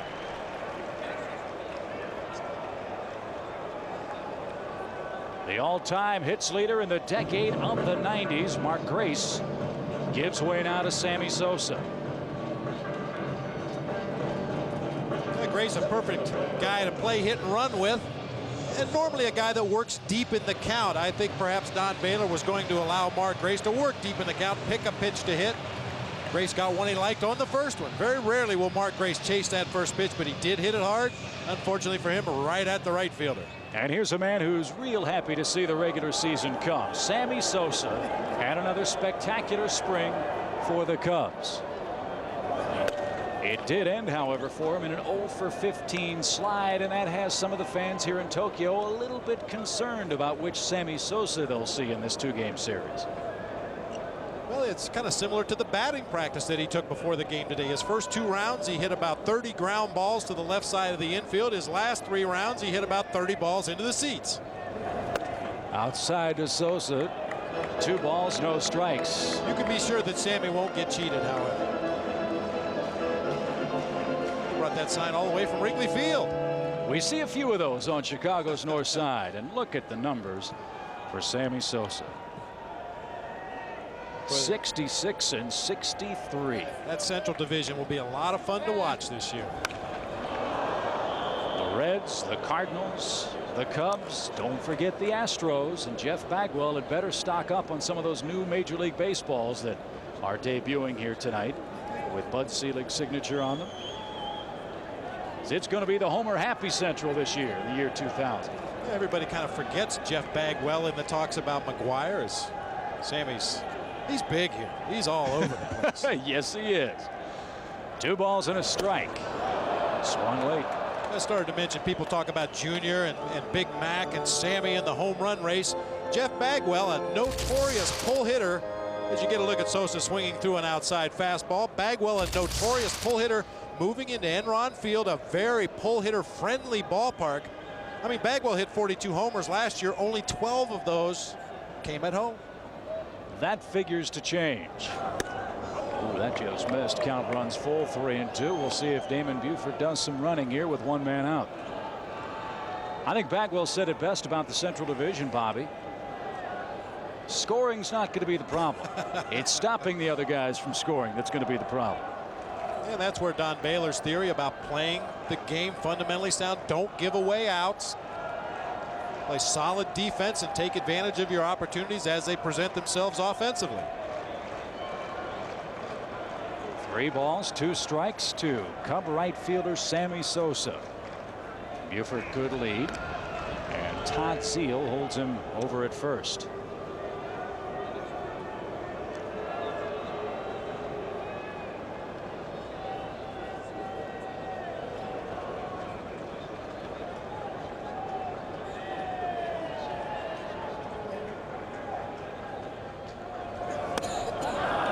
Ball 4. Another walk for Hampton. We had asked Mike Hampton, how do you go about getting Sammy Sosa out? He has a definite theory on how to do it. If Sammy gets you where you can't get the ball inside and he can just start looking outside, it's going to kill you. If you can't get the ball away for a strike, he's going to look inside. So for me to be successful against him, I got to work both sides of the plate, keep him guessing. I can't get him looking for one pitch and sitting on one pitch. If he does that, you know, he's going to has a good chance to hit the ball hard. So 2 on for the Cubs once again here in the 5th inning. Boy, it's been opportunities lost and opportunities wasted for the Cubs so far on this night, Bobby, and that was a big problem for them in 1999. You really have to take advantage of the opportunities, as I said, as they present themselves. You never know when a scoring opportunity is going to pop up in a ball game. Right now, the Cubs once again with a chance to do some damage. Henry Rodriguez was at the plate back in the 3rd inning after 3 consecutive walks by Mike Hampton, and Henry Rodriguez swung at the first pitch. That's one of those fundamentals that will not make Don Baylor real happy. And I'm sure Don Baylor pointed that out to Henry after the inning was over. But how about Hampton? 7 walks, but he's still in a 1-1 ball game. Now, he's walked 7 men before in a game. He did it last August 29th against the Marlins, won the game 10-4, if you can believe it. That is walking on a very, very, very thin margin. 92 pitches for Hampton already in the game. Well, knowing Mike Hampton the way we do, however, I don't think he would mind if he walked 17 batters in this game as long as his team was leading when it was all done. But right now he has very little command, quite obviously. And he's losing command with his fastball. He's missing high and in as you get a look at his pitch count up to this point. He's missing way off the plate when he tries to hit the corners. Really, he's had better success throwing his breaking ball for strikes. Well, let's see what he has in mind now with a 3-1 count. There is that breaking ball. Now it's 3-2. And sometimes as a catcher, and of course Mike Piazza will learn more about Mike Hampton as the regular season goes on. Sometimes that's what you have to do. Dave Wallace, Mike Piazza, they're going to have to learn what Mike Hampton needs to get himself back into that groove. Perhaps it's to throw more breaking balls. Runners lead 1st and 2nd for the Cubs. And that's upstairs. 8 Mike Hampton walks, and again the Cubs have loaded the bases, this time in the 5th.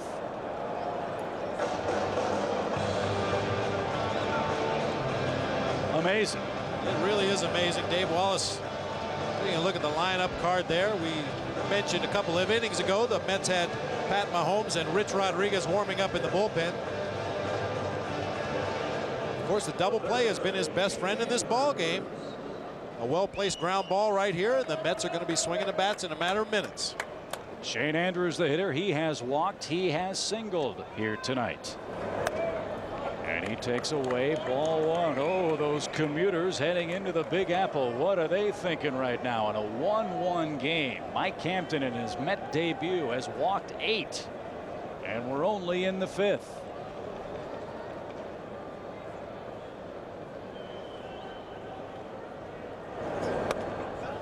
Well, Mike Hampton was able to pitch out of a jam back in the 4th inning with the bases loaded. 1 out.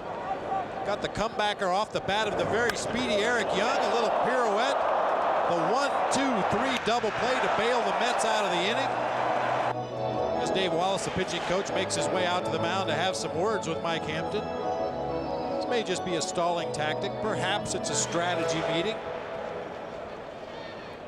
Maybe just to take a little air out of the ball here, to use a basketball term. Well, the 4 corners might help him. But so far the Cubs have not been able to crack Mike Hampton, at least not yet. They loaded him in the 3rd, loaded them in the 4th. They've loaded them again in the 5th. And Shane Andrews with a big chance to put the Cubs in front for the 2nd time tonight.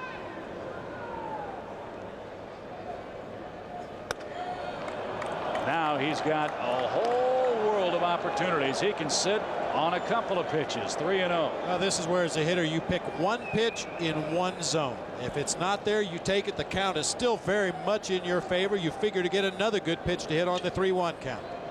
The 3-0 taken all the way. Obviously, a pitch that Shane Andrews did not want, as we see the right-hander Pat Mahomes continuing to throw in that Mets bullpen.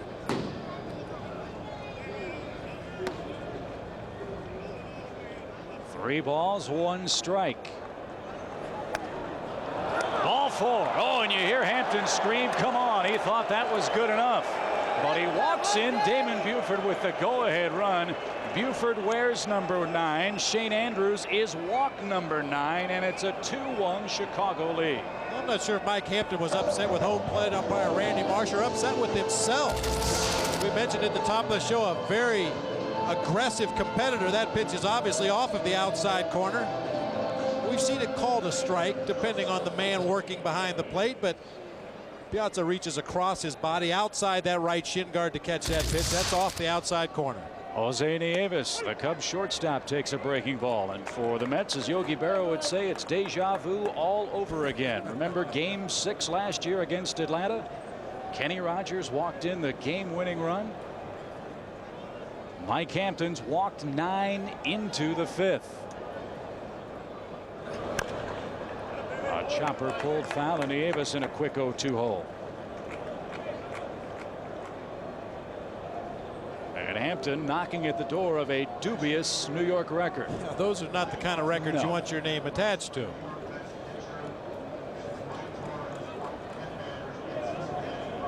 The Cubs have him loaded again. Sosa at third, Rodriguez at second, Shane Andrews at first.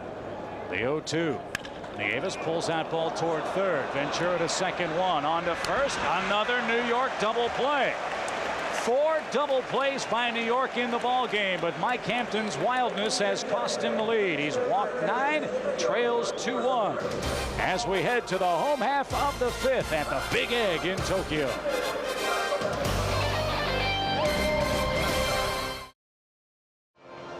Well, what can you say about Mike Hampton? He's been wild, but he's still in this ball game, Robert. 2-1 in favor of the Cubs despite 9 Mike Hampton walks. Well, he's learning a very valuable lesson as this game goes on, that his defense will get him out of jams. Obviously, he would like to pitch ahead in the count and retire hitters much easier, but his defense has turned 4 double plays behind him, something that he can rely on all season long.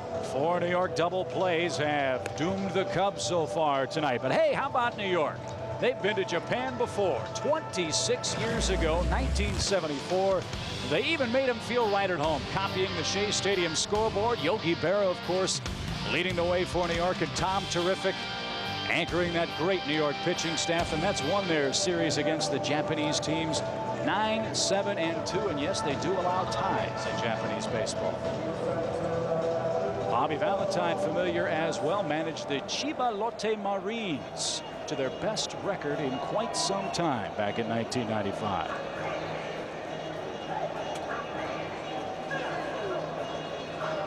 And he's leading perhaps his best New York team into Japan here in the year 2000. It's a very pivotal year, not only for Bobby Valentine, for Steve Phillips, their general manager, and for a lot of players on this New York team.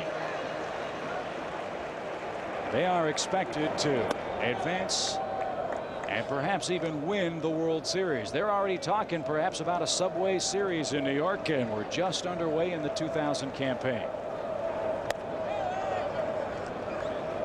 I think if you see a weakness with the Mets, we've talked about their strong infield defense. Their starting rotation seems to be in good hands. A lot of offense. The outfield defense, however, would raise a red flag, I believe. We mentioned Derek Bell in right field kind of wavers defensively.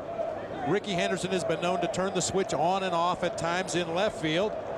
And Darryl Hamilton, the aging Darryl Hamilton, still very solid out there in center field, but he's forced to cover a lot of ground. Rickey ropes it foul past third. You and Tom mentioned earlier that there have been talks that this man may be destined for Detroit. How does Bobby Higginson help New York more than Rickey Henderson? Well, I'm not so sure if I know the answer to that. I'm not that familiar with Bobby Higginson. I know that he was a bright young star a few years ago. He's fallen on hard times the last couple of years, but a lot of baseball people feel he has a tremendous upside. And I think people look more at what Rickey does off the field than what he does on the field. Rickey's going to give you what he has given every team he's ever played for. He's going to get on base. He's going to score runs. He's going to steal bases. He's occasionally going to flake out in left field. 13 seasons with 100 or more runs, 7 with 100 or more walks. He makes things happen.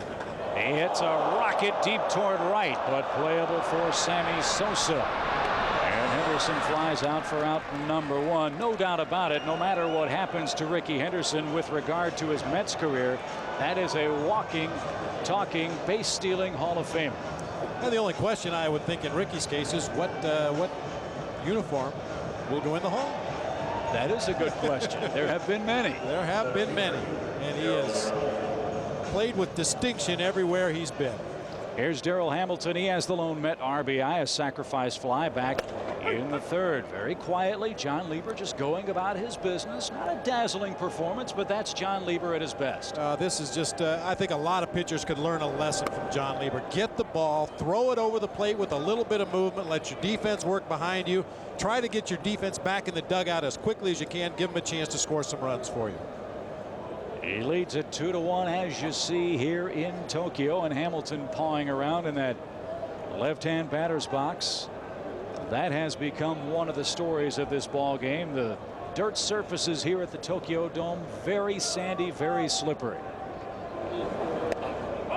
And that's the pitch Lieber's been working on so very hard, trying to get that changeup over to left-hand hitters. That's fouled off Hamilton's foot, I thought, but instead it's bounced to Young, and he's retired for out number 2. Oh, we talked to Joe Girardi, John Lieber's catcher, about John Lieber and what kind of a pitcher is he out there on the mound. John Lieber's a pitcher who likes to get the ball and throw it. He works fast, and players appreciate that because you're always on your toes. He's a sinker ball pitcher with a slider, and he's developed a changeup during spring training, and we hope to use that to you know, keep the left-handed hitters off stride a little bit more. And obviously he's a location pitcher, and when he's on, his location's great. Here's Edgardo Alfonzo. He takes a quick strike. Alfonso has doubled and has struck out. What a year this man had for the Mets last year. Popped up out of play right side. 27 homers, 108 runs driven in, 41 doubles, and again that 300 batting average at a new position. And he's just such a smooth player, Chip. Very, very intelligent, always gets himself in a good position. We saw him break the wrong way on a ground ball earlier in this game, which is the first time I've ever seen Edgardo Alfonzo be out of position. Chopper toward Andrews at third. Grace couldn't dig it out. Well, that's something you don't see very often either. You see Grace pawing at the dirt over there at first base. Obviously a bad throw by Shane Andrews in the dirt, but Mark Grace has picked thousands of those out of the dirt for his Cubs infielders. It's going to be ruled an error on Andrews. Took a little too much time unloading that throw across the infield, threw Mark Grace's sinker in the dirt. And once again, the dirt comes into play here at the Tokyo Dome, this time at first base. I think Gracie caught more dirt than ball on that particular throw. So that brings Mike Piazza to the plate with a runner aboard. That's the last thing Lieber wanted to see happen in this situation. And this is a spot where you know Piazza has the fangs glaring and blaring. Piazza is grounded to third, and he has singled tonight. 2 balls, no strikes. Dangerous count here for John Lieber. Mike Piazza, a good low fastball hitter. Lieber, a sinker ball pitcher, as we mentioned. After falling behind 1-0, he tried to get a swinging strike on that slider down low and away, and you can see what Mike Piazza has done in his career against the sinker baller John Lieber. A high pop had him out on the front foot. Sosa playing deep, charges in. Eric Young drifts out.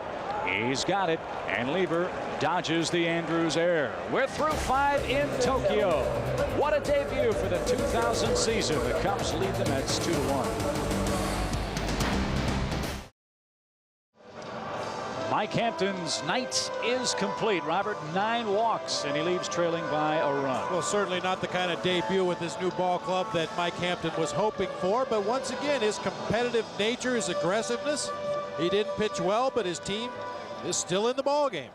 And he'll give way to former Cub right-hander Turk Wendell, who had a terrific year last year for New York, a rubber-armed right-hander who knows how to pitch, but maybe doesn't know how to track mountain lions too well. He had a little problem with that this winter. You know, you say that term rubber arm. That used to be a derogatory thing, you know, in high school. Sure. Pitchers got a rubber arm. I'm telling you, a lot of managers in baseball would take a rubber arm like Turk Wendell and able to take that ball. He pitched in 80 ball games last year. Slider after slider after slider. He'll mix in an occasional sinking fastball, an occasional changeup, but tremendous control of his slider. He's able to make it break short and sharp. or wrap around it a little bit and make it a little bit bigger breaking ball. And you can see Top of the hour here in Tokyo. It's 9 o'clock local time. And every night at 9 o'clock they put down new lines on the batter's box here in Tokyo. It's amazing, isn't it? Really they is. are very punctual here in Tokyo. And we're glad you're with us. In the morning back in the States, 7 o'clock Eastern time. Hope the traffic's not too bad as you make your morning commute. Don't spill your coffee. That's right. Buckle up, wear your seatbelt. And Wendell and the New York Mets and Chicago Cubs better put on the seatbelts as well. 4 more innings of baseball tonight in the Tokyo Dome, and then another ball game tomorrow, and then both teams jet back to the good old USA on Friday. So here we go. Joe Girardi set to lead things off. Girardi, then John Lieber, and then Eric Young for the Cubs, who lead 2-1.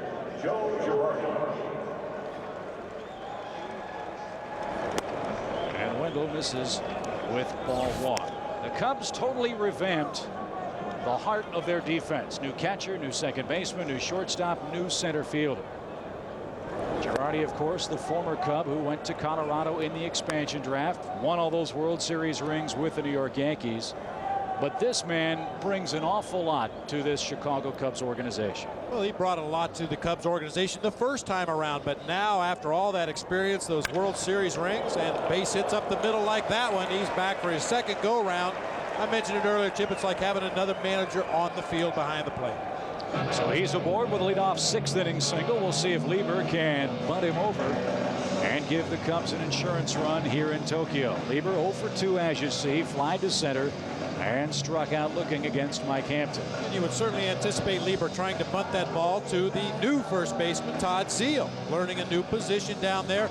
Robin Ventura, obviously you don't want him to have the ball in any way, shape, or form. Well, that's what makes this Met team so tough. If you hit the ball on the ground, you're out. That's it. They just don't make errors.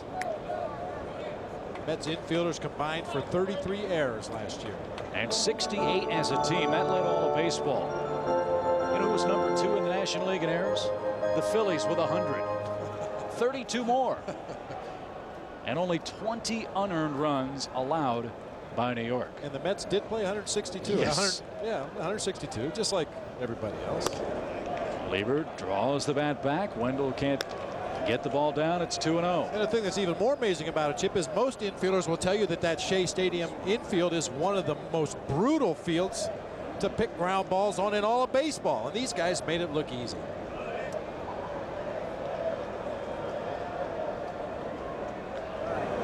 Lieber bunts it towards Zeile. And a good sacrifice, 3 unassisted. If you're going to bunt the ball, that's the guy to bunt it to on this New York defensive infield. But one thing good about it, Todd Zeile took a look at second base. A lot of first basemen will just concede that runner advancing into scoring position, not even attempt to make a look. But the first thing Todd Zeile does is get himself in position to throw to second base. In his judgment, he didn't have a play at second, so he turned around, applied the tag to John Lieber, get the sure out. I like to see that aggressive thinking on the part of Todd Zeile at first base, and that comes from Keith Hernandez, 11-time Gold Glove winner. They've been working together since the opening of spring training. And here's Eric Young. Young walked, stole second, and scored the first run of the new millennium back in the first inning. Grounded to short, bounced into a brilliantly turned 1-2-3 double play to end the Chicago 4th. Girardi, a big insurance run for the Cubs at second here in the 6th. And again, it's 2-0. Watch how many times Turk Wendell goes to that slider. He missed just off the outside corner with a short, sharp breaking slider that time. Sometimes he'll wrap around it, make it a little bit bigger, kind of an American Legion curveball. There it is again, breaking ball, breaking ball, breaking ball. Turk not too happy with that pitch. 3 balls, no strikes. And Piazza trying to settle him down behind the Pentagon.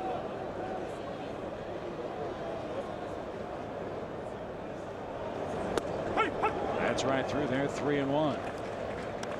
Joe Girardi blessed with catcher speed. I know that pains you when I say something like that. However, he is a very intelligent base runner, will very rarely make a mistake on the bases. He knows when to try to take the extra base. Young pops it up, and it's playable for Piazza. There's out number 2. So Wendell makes a big pitch. Like our friend Dirty Harry Callahan said, Chip, a man has got to know his limitations. Joe Girardi knows his limitations. He's not going to steal a lot of bases, but he will take the extra base when it's needed. You're breaking up the Dirty Harry Callahan references again. I saw a bit of a Dirty Harry Callahan movie the other day in Chinese. Now there's a thrill.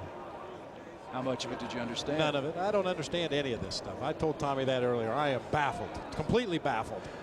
You're not the only one. Buford's been on base 3 times tonight. Cubs got him for his glove. How about his bat tonight? 2 for 2 with an RBI, a run scored, and a walk. Take advantage of opportunities. You know, Don Baylor seeing a lot of guys as you see the video games being played. I wonder if he's got Damon Buford at the plate in the game. Swing and a miss, a ball and a strike. You know, I'll tell you, it's still very early in the season. Obviously, the Cubs have been through spring training, and Don Baylor has an idea of where everybody fits on this roster and their role with the ball club. But you know, you get an opportunity to move up in that 2 slot in the lineup tonight. You make some noise with that bat. You make some things happen, and maybe you find yourself in that 2 spot again. 1 ball, 1 strike. Yeah, Don has said that his plan is to have Ricky Gutierrez bat in the number 2 spot on a regular basis. He toyed with the idea of having Joe Girardi bat second, but he likes Gutierrez's speed at the top of the order. Of course, Gutierrez unable to play tonight with a rib cage strain. His status is day to day, and the key for the Cubs is how often can Gutierrez and Young get on ahead of that man and Mark Grace. 2 balls, 2 strikes to Damon Buford. Acquired from the Red Sox for Manny Alexander in the offseason.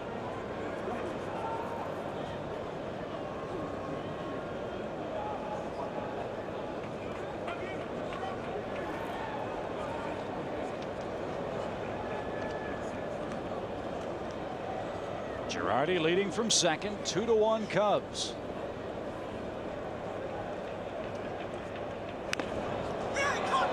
Foul tip. Piazza couldn't hang on, and you hear Wendell trying to umpire from 60 feet 6 inches away. Well, Mike Piazza caught that one right in the heart. Breaking ball that kind of hung up over the plate a little bit for Damon Buford. He had a good cut at it. Pow! Right in the chest. I mean, that chest picker helps a little bit, but that'll still get your attention back there.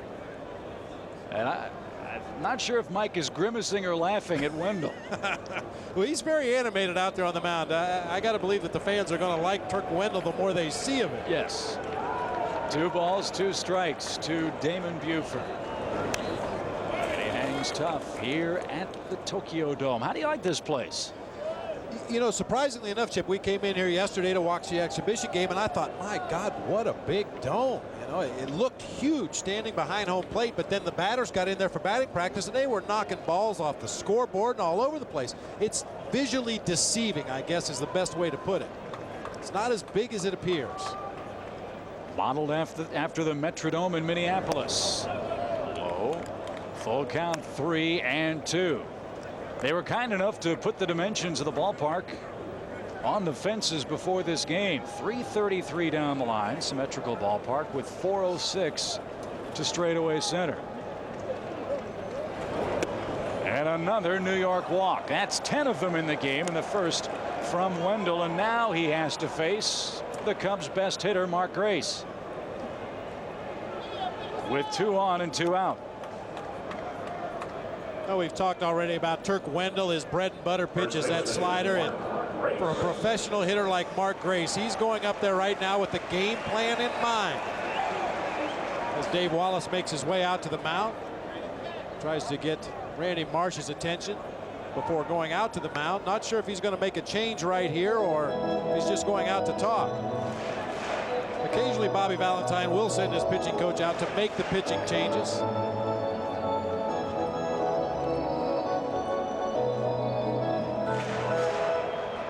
And he is going to make a change. Wendell works 2/3 of an inning, and he'll leave with 2 men on for the Cubs here in the 6th. Another opportunity for Chicago, but it's lefty versus lefty. Dennis Cook against Mark Grace. Stay tuned.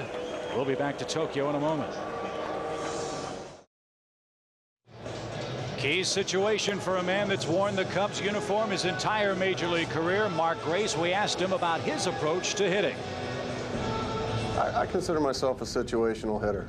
If the situation calls to pull the ball, I'll try to pull the ball. If a situation calls for maybe trying to drive the ball in the gap or try to drive a home run, then I'll try to do something like that. I guess the best way to describe me would be a tough out. I'm not gonna kill you like a Sosa or a McGuire or a Junior or Bagwell, guy like that, but I can hurt you with base hits and doubles. And he's done plenty of that throughout his career. Mark Grace talking about being a situational hitter, facing a tough left-hander in Dennis Cook. You see his numbers on the season last year. 10 wins out of that Mets bullpen. It would figure that Mark Grace right now is going to anticipate a pitch on the outside part of the plate and try to hit it to the opposite field to drive in a run. And that's the danger that Grace presents for the opposition. He can spray the ball all over the diamond. However, if Cook misses inside like that, look at the gap Grace has in right center field. A huge hole with which to work. See Mark Grace's hot zone, very much a low ball hitter, like most left-handers, down and in his happy zone, but even that pitch up and away at the 233 average, he can line that ball into left field if he's looking for it. Down and in again. 2 balls, no strikes. Mark Grace's hot zone. This is the pitch I was talking about right here, that up and away pitch. He's very capable of taking that ball and hitting it to the opposite field, and one of the best 2-strike hitters I have ever seen. Over 2,000 hits in his big league career. Accomplished that milestone last year in Chicago's Wrigley Field.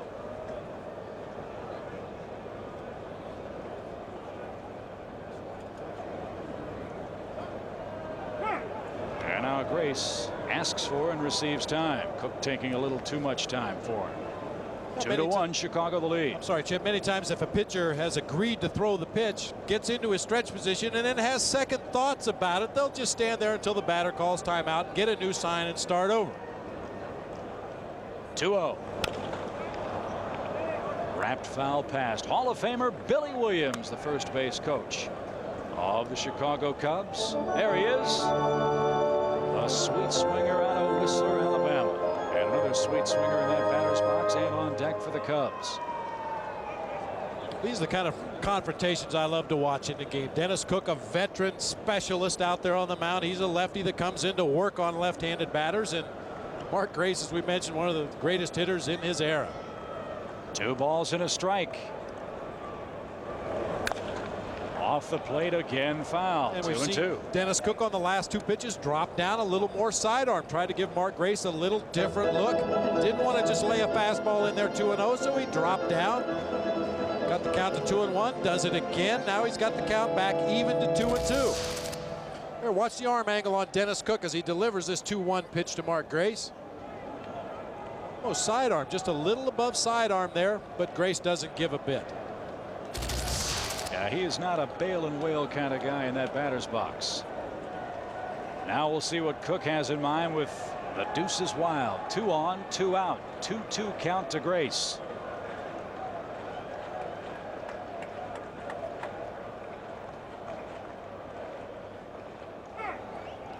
And again, Cook has second thoughts. Dennis Cook had no intention of delivering that pitch right there. You could tell by the length of time he took looking back at second base. Neither one of his middle infielders is remotely close to the bag to hold the runner on.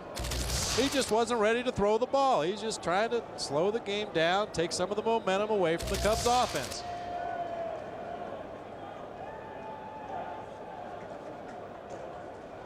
He's ready now. The 2-2. Again, he drops down sidearm. And again, Grace fights it off. Gracie playing less than 100%. He's got a broken finger on his right hand. The middle finger to be exact. Gracie, a real throwback up there bareback. Never wears gloves. Occasionally he's worn gloves if it's been bitterly cold at Wrigley Field, but prefers that feel of wood in his hands. 2-2. Oh, he just missed, and Cook wanted it. 3 balls, 2 strikes. Now, this is what Mark Grace will do to you. You get to 2 strikes, you're still going to have to work to retire him.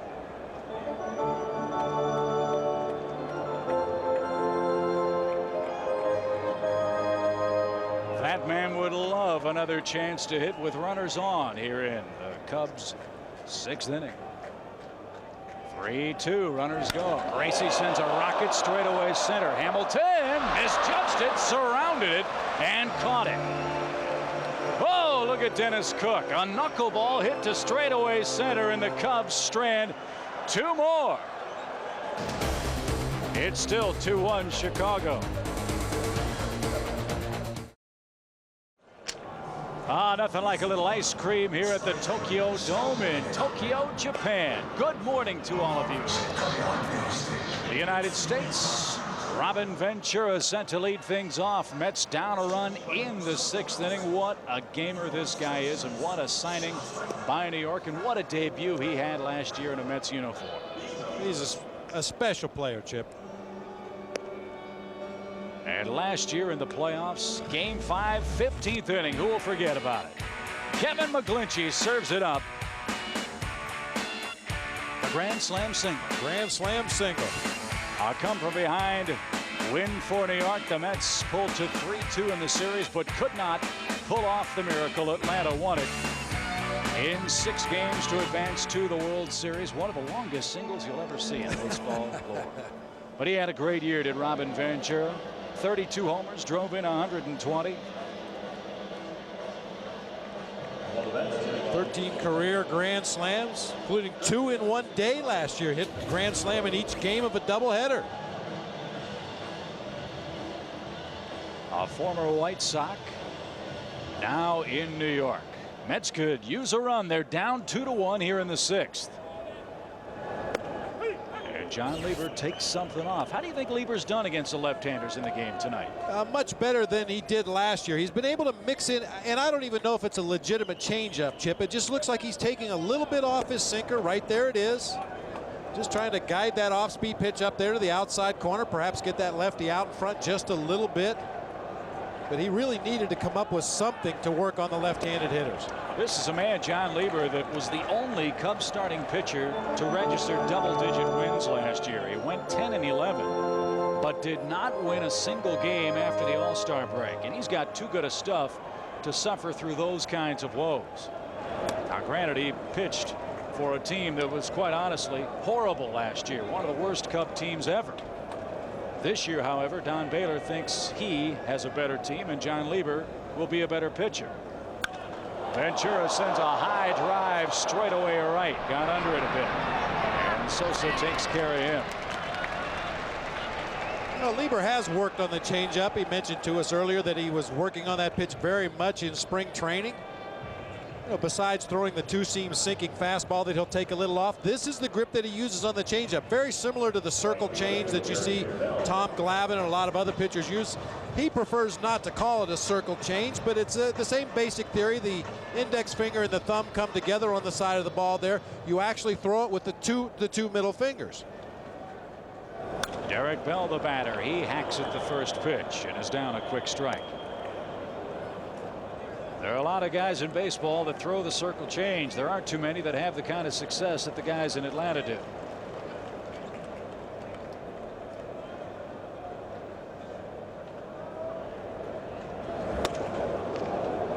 Still pretty good muster on the fastball from Lieber. 1 ball, 1 strike. They got him from the Pirates before last season for outfielder Brant Brown. A terrific trade for Ed Lynch and the Cubs.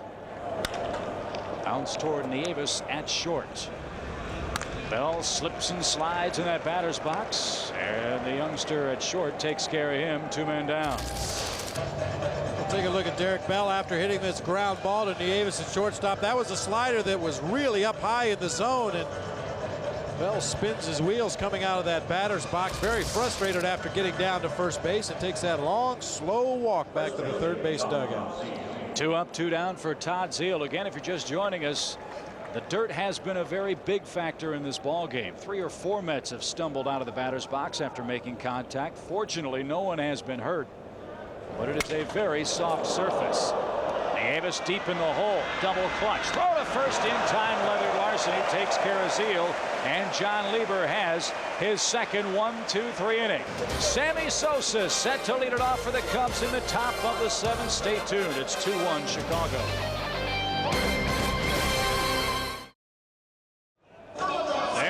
One of the men of the hour, Sammy Sosa, leading things off in the top of the 7th for the Cubs, who open up this 2000 season against the Mets in Japan.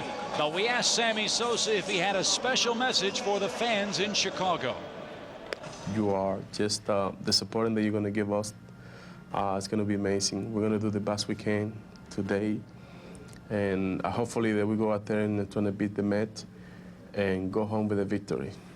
Thank you very much. And I love you. I'll see you in Chicago.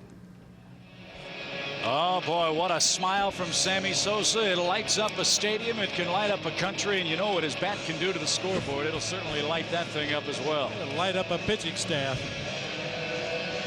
A special treat for baseball fans all across the world at the end of this half inning. We'll be headed out to Harry Carey's in Chicago. And Dutchie Carey will be guest conducting the 7th inning stretch for the first time in the year 2000. Nothing like little scrambled eggs Vesuvio to start your day, right? There you go. I didn't know they served that there. They probably are today. A full-blown pajama party. That's the dress code, right? That's what I understand. I'm glad I wasn't invited. Thank you. I'm glad you weren't invited. Yeah, not the only one. 2-1 our score. Tom Brenneman, Bob Brenly, Chip Carey, our entire Fox Sports Net crew from Tokyo. Delighted you're with us this morning as we kick off the 2000 Major League season in Tokyo. It's Cook against Sosa. Sammy has walked twice and wrapped into one of 4 double plays turned by the Mets. Saw a reaction there from Dennis Cook. Tried to paint that outside corner with a low fastball. Didn't get the call from Randy Marsh. Kind of recoiled on the mound. Tell you, when you're working against a hitter that can break a game open like Sammy Sosa, you want to get every borderline pitch because you don't want to have to throw it over the fat part of the plate. Took a little off, and Sosa has an even count, 1-1. Little breaking ball that Dennis Cook just pulls the string on a little bit. Got Sosa well out in front.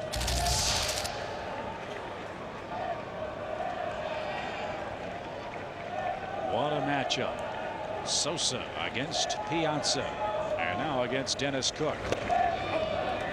And Cook misses low. That's dangerous territory against Sosa. 2 balls and a strike. Yeah, you're usually okay if you keep it on that outside corner or further away. Cook has missed in almost identical spots with the first pitch and then again on the 1-1 pitch, down low and away from Sammy. Let's see what he has in mind with a 2-1 count as Sammy leads off the Chicago 7th. Nasty pitch. It's a little bit of movement right there. I don't know if that was a legitimate slider or maybe a little bit of a cut fastball that Cook runs down and into Sosa. That is a dangerous zone. That pitch down and in, but Cook had enough movement that Sammy couldn't get it. So he's battled back to a 2-2 count. Sosa, Rodriguez, and Andrews in the 7th. 2-2. Now it's full. Cook one again missing in his favor. Let's take a look at Sammy's hot zone. That's that down and in pitch we talked about. That's his best pitch. Jamming him up and in with fastballs. We mentioned earlier in the game, when you get ahead of Sammy, you can get him to chase that fastball up high out of the strike zone. Full count, bases empty to Sosa. And he fought it off.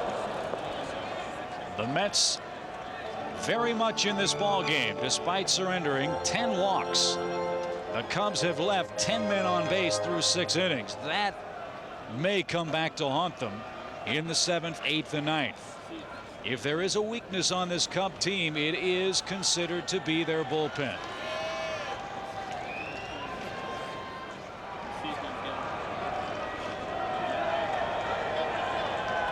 Three balls, 2 strikes again to Sosa. Broken bat flare into center is going to drop for a leadoff hit. Cook got the ball into Sosa's kitchen, but as enormously strong as he is, he fought it off and is aboard, leading off the 7th. Well, watching Piazza give the signs, it appeared he had called for a changeup. Once again, you see Sammy's hot zone right there. That ball appeared to be down in this zone, kind of between two zones, if you will, the 223, the 292 area. He's able to fight it off, muscle it out into center field. So he's hitting about 247. Yeah, you know, if your math is good, quick with all that stuff. Now we'll see if Don Baylor turns him loose. This is a facet of Sosa's game that he wants to see improvement. He wants to see Sammy become a base stealer once again. I don't know if he'll ever be a 60-30 guy again, but certainly he's capable of stealing more bases than he showed in 1999. Well, Sammy looks to have bulked up considerably since the days when he was stealing 30 bases in a season. The emphasis the last couple of years obviously more on the long ball, and Sammy says, hey, I'm big and I'm strong and I'm going to hit the long ball, but the skipper wants me to run more, I'll run more. Henry Rodriguez takes a quick strike 2. Cook is one of those lefties. His delivery to home plate, the first thing that starts, he brings his hands up very high before he brings his leg up. Good base stealers can usually get a pretty good jump against Dennis Cook. Todd Zeile not really holding Sosa, plays in front of him over at first. Sammy a foot on the carpet, pretty good lead. And time call. As Cook again, very deliberate once he comes to that set position. Yeah, he wants to work in a certain rhythm. He's a veteran and knows how the game is played. An 0-2 count right here. He's not sure what Sammy's doing over there at first base. A lot of possibilities here, and Cookie just decided to slow the game down. Again the 0-2. And he just did hold up. 1-2 the count. Take a look at Dennis Cook's delivery to home plate. Watch, the first thing that moves, his hands will immediately go up. And then the leg comes up afterwards. He looks at home plate. He never looks at the runner at first base. On other pitches, he'll look at first base and never pick up the batter until he's on his way to the plate. A lot of deception in that delivery. 1-2. It's high, 2 balls, 2 strikes to the Cub left fielder, Henry Rodriguez.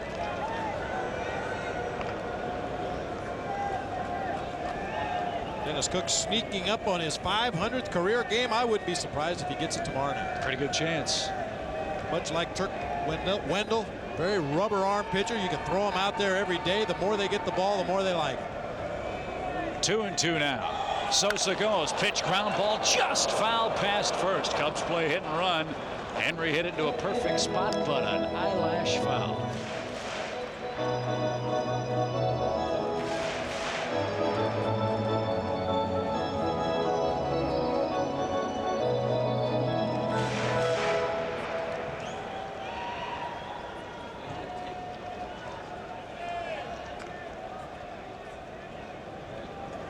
Rodriguez, the former Expo, the former Dodger, hit 300 for the first time in his big league career last year. Faces a 2-2 count. Another big lead by Sosa. Not going this time, and Henry swings and misses. So he goes down on strikes. First punch out for Dennis Cook. Now, Cook is basically a 2-pitch pitcher, but he will change speeds on him. There'd be a changeup that actually hung up over the inside part of the plate, but the difference in speed between the fastball and the changeup was enough to get Rodriguez out in front. Sometimes you get away with bad pitches. And here's Shane Andrews. A base hit back in the 4th. His bases loaded walk in the 5th drove home the 2nd and go-ahead run for the Cubs. The Mets have walked 10 men in this game tonight.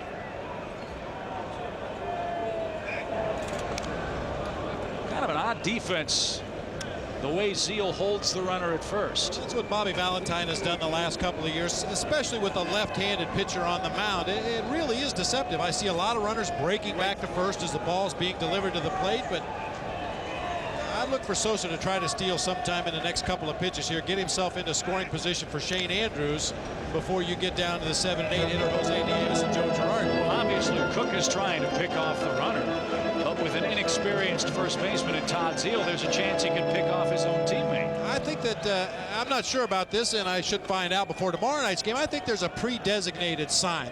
Todd Zeile knows when Dennis Cook is coming over to first base. You see him jockeying there a little bit. Andrews rockets that off home plate umpire Randy Marsh for strike one. Yeah, but as a runner leading off first base and the first baseman is directly ahead of you, if he starts to move back toward the bag, your natural instinct is to protect yourself, take an extra step back toward first base, which is exactly what the Mets want the runner to do.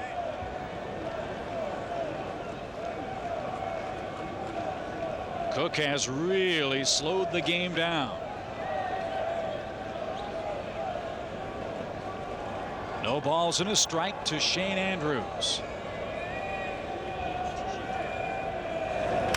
He hits a rocket deep toward right. Long run. Derek Bell still going back to the track at the wall. Leaps up. It's gone.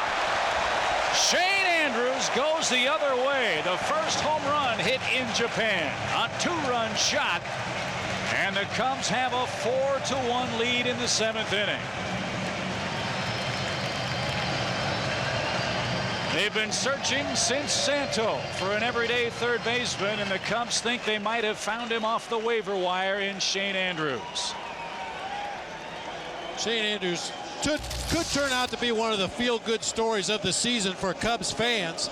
So he gets a pitch down and out over the plate and drives it to the opposite field, just barely over that wall in right field, but enough to get out of here for a two-run homer.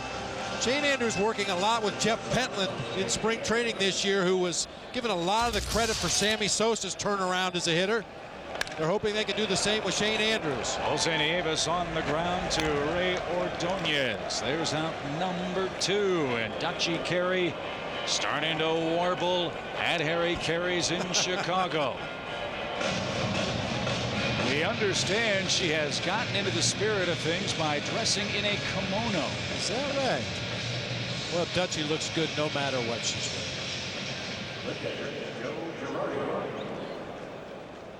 Hard to argue with that. Here's Joe Girardi. A swing and a miss. Shane Andrews, an opposite field home run. He hit 5 of them in 19 games for the Cubs last year. He hits one the other way on opening night tonight in Japan for a 4-1 Chicago lead. Girardi opposite field. Bell can't get that. Joe rounds first. Big turn, puts on the brakes, and that's a big at bat for the Cubs, for allows the pitcher to hit here in the 7th inning. Second hit for Girardi on the night. Girardi going to the opposite field, much like Shane Andrews on his 2-run homer to right field. A little Jeffrey Meyer action out there in right field. You'll see as Bell goes back to the wall. One of the young fans right there reaches out over the wall and appeared to make contact with the ball. It actually hit the top of the fence and bounced up into the young man's chest. We'll give him a break. A poor fielding crowd here in Tokyo. And no protest lodged, thank goodness. Here's Lieber. A 3-run lead for him now, as he tries to win on opening night in Japan. Still a ways to go in this game, however. The Mets the home team tonight. The Cubs will be the home team tomorrow night.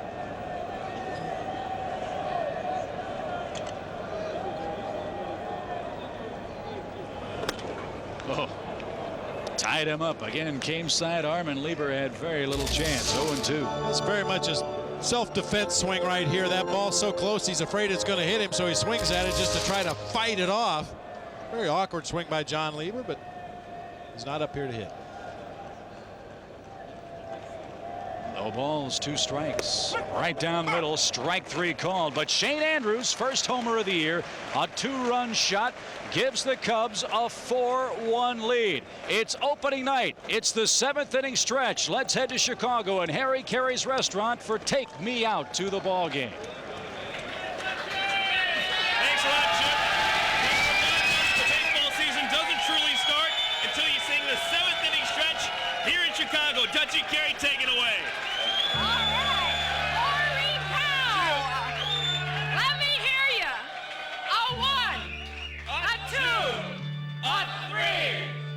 Take me out to the ball game. Take me out to the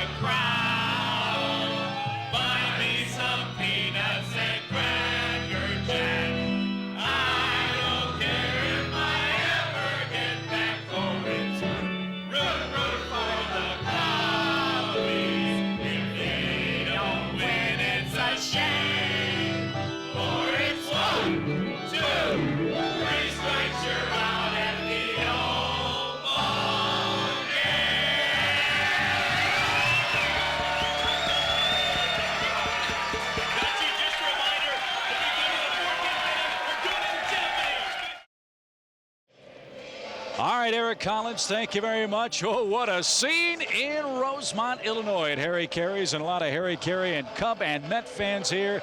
Another great ambassador, Hall of Famer Ernie Banks, leading the Tokyo Dome crowd in the 7th inning stretch here as well. I saw Ernie Banks yesterday. He said, let's play 2. As long as we're here, let's play 2.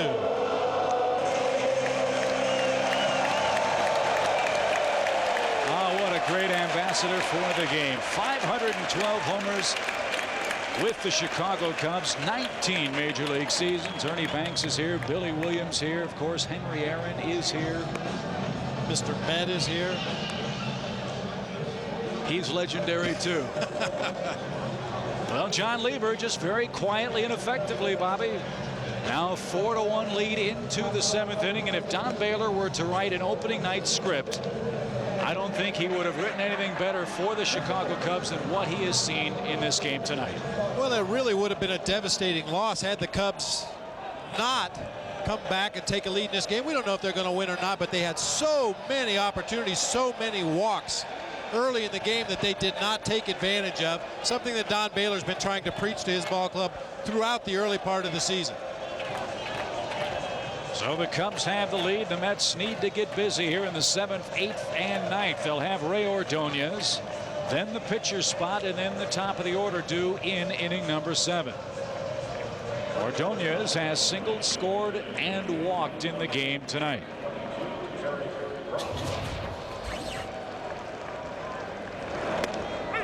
And Lieber, a quick strike. Cubs go with their defensive outfielder now. Tarek Brock takes over for Henry Rodriguez in left.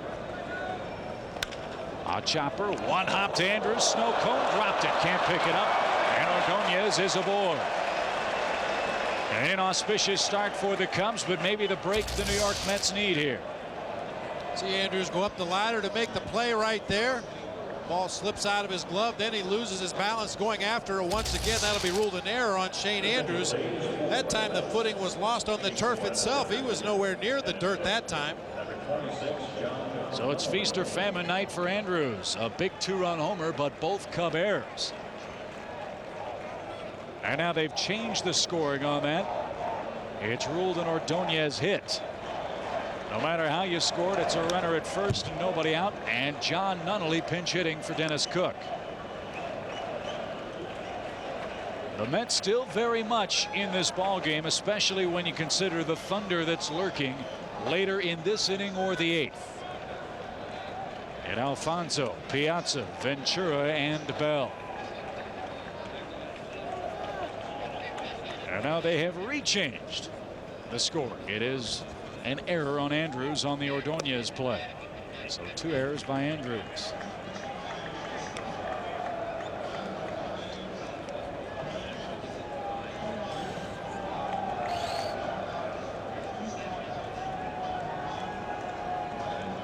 Eight hits for the Cubs, 5 for the Mets. As we battle on here in the home half of the 7th in Tokyo. Double play ball perhaps. 4, 6, 3. Turnabout is fair play. The Cubs turn a double play. Bases empty, 2 down, and the top of the Met order coming up. Strong throw by Jose Nieves at the end of this double play. He gets the feed from Eric Young, clears himself with a sliding runner, and really puts a lot on that relay throw to Mark Grace, just in time to get Nunley at first base. Defense was a problem for Nieves last year. Had a boatload of errors in his opportunity to start in the last month and a half for Chicago. Had both knees arthroscopically operated on in the offseason. He feels like a new man. And he's played very, very well defensively for the Cubs this spring, and he was able to turn that double play very nicely with a speedy base runner, Nunnally, running down the line. So Lieber faces Rickey Henderson with the bases empty and 2 men out here in the 7th inning.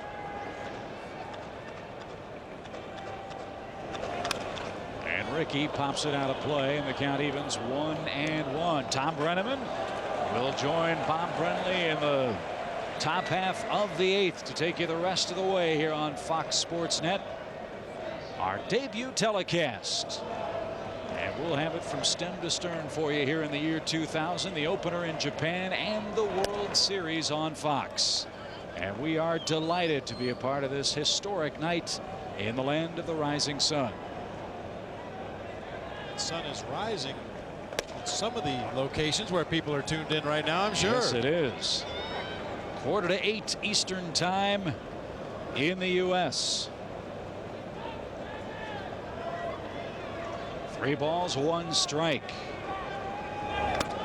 And Rickey draws the 2-out walk. Lieber has issued 2 free passes in the game now. And Darrell Hamilton is the batter. Well, friends, go to MajorLeagueBaseball.com for the most complete coverage of baseball on the internet. MajorLeagueBaseball.com is the official site of Major League Baseball. Darrell Hamilton has the lone New York RBI tonight, a sacrifice fly that scored Ray Ordonez in the 3rd.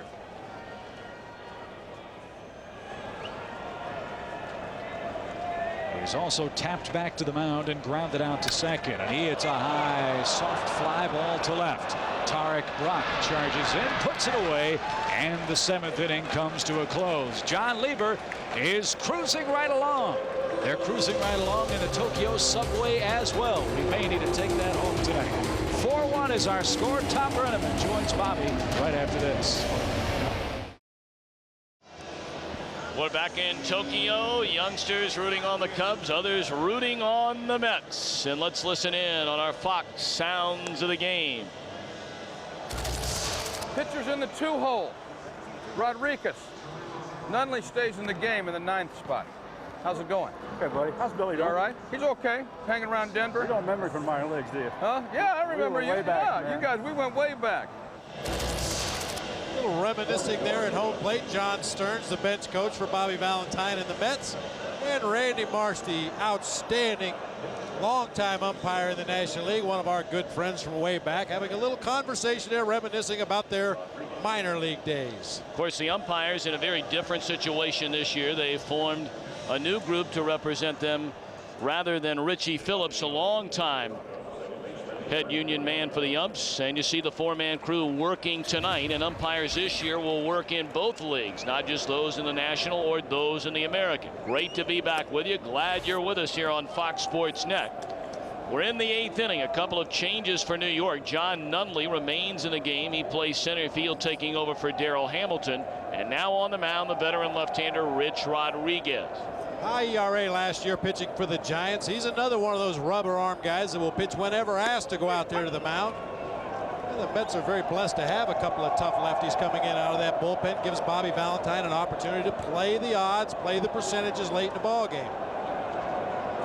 There reinforces what Bob was talking about. Rodriguez took the ball frequently for Dusty Baker and the Giants over the last 3 years. Eric Young breaks his bat and fouls it off down the left field line. Yeah, the white helmet there, you see the jersey says the Big Egg on the front, the helmet the same thing. I got to tell you, Tom, these gentlemen sitting down, or ladies, whatever the case may be, the people working in the foul lines have made some tremendous plays. Very athletic.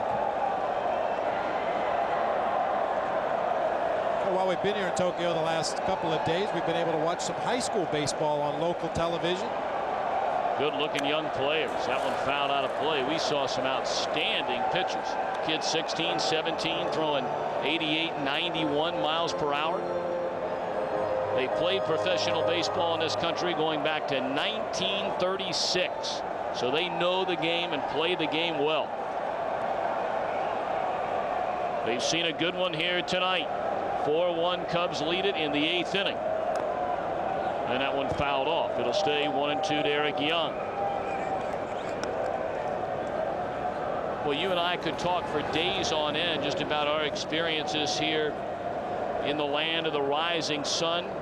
The cleanliness in this city is something that just overwhelms you upon arrival. A city that really joins 2 other cities with a population of close to 30 million. That one in the air to left field. Henderson waits and makes a catch.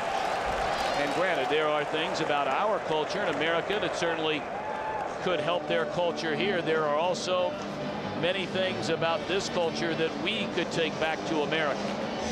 One thing that links the two cultures is the game of baseball. And that doesn't change no matter where you are. If you can hit, you can hit. And you see the gentleman sitting there wearing the mask. Part of their culture here that if you're under the weather, if you have a cold, if you have the flu, whatever the case may be, it's proper etiquette in this society to not spread those germs to others. So as you walk around the streets in Tokyo, you'll see a number of people covering up their nose and their mouth, so if they sneeze and or cough or whatever the case may be, they're not polluting the air with those germs. It has nothing to do with garlic at lunch? Well, maybe. In some cases, perhaps.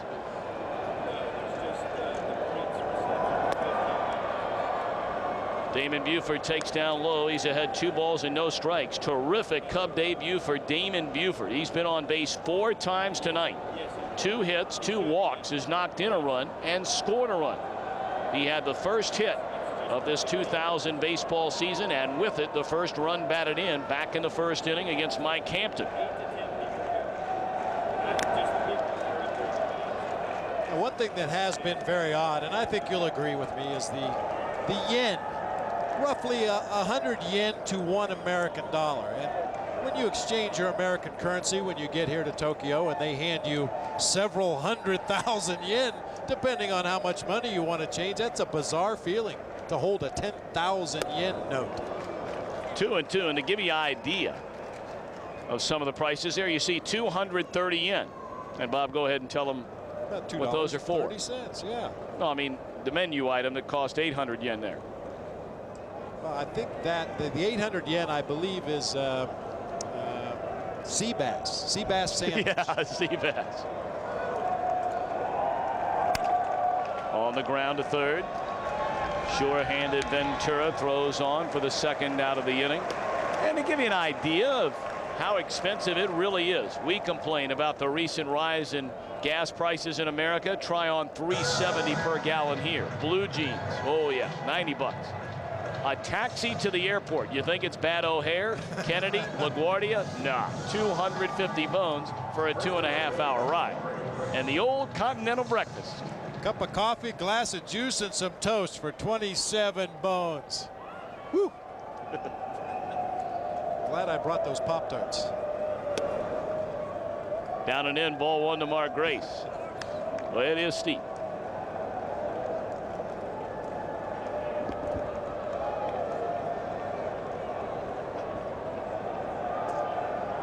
Sosa and the Cubs with a 4-1 lead here in the season opener for Major League Baseball. Grace takes low and away. 2 balls and no strikes. You know, it's funny. Many people have talked about this season, and you discuss the various clubs.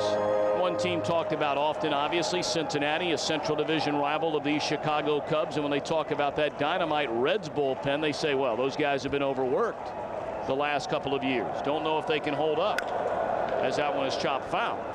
I have never heard that question asked about the New York Mets bullpen, and they got into that bullpen as frequently, if not more frequently, than Jack McKeon had to in Cincinnati. I think perhaps the difference would be the Reds bullpen was a very young group, a lot of rookies, a lot of second, third year players, whereas the Mets bullpen was comprised mainly of veterans who knew their roles, they were plugged in, knew exactly what they were going to be asked to do on a given night. I think that Reds bullpen was a little more volatile, a little, never really quite sure what they were going to bring to the table.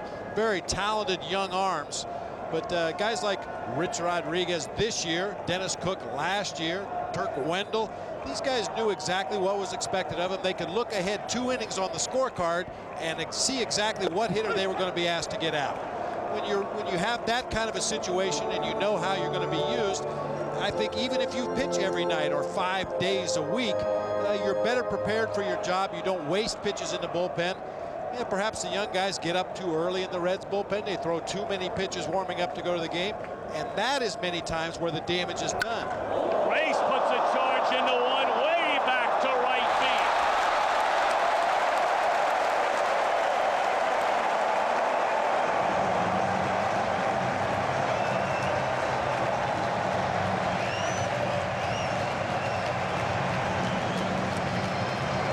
Whether it be the English language or in Japanese, it's all the same. Home run.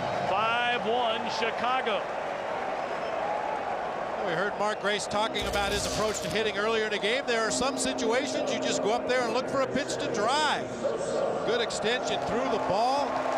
Great backspin. That ball seemed to carry forever. Lands about 4 rows up in those right field bleachers. And what do you think Sammy wants to do right now? Boy, there you see Mark Grace at contact, those arms extended. Reaching out through that ball. That's what gives it that great backspin.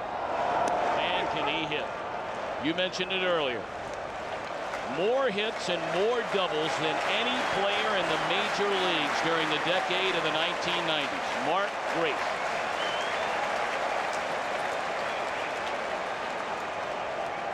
So Lieber now a 4-run cushion thanks to the long ball from Grace.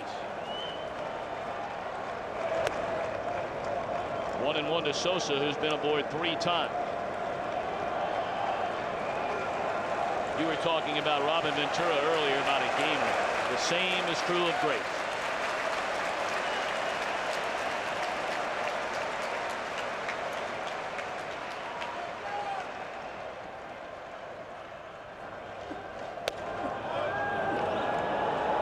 I think Grace will give a lot of credit for his career to some of the guys that he has played with, some of the great veteran players that he learned from as a younger player.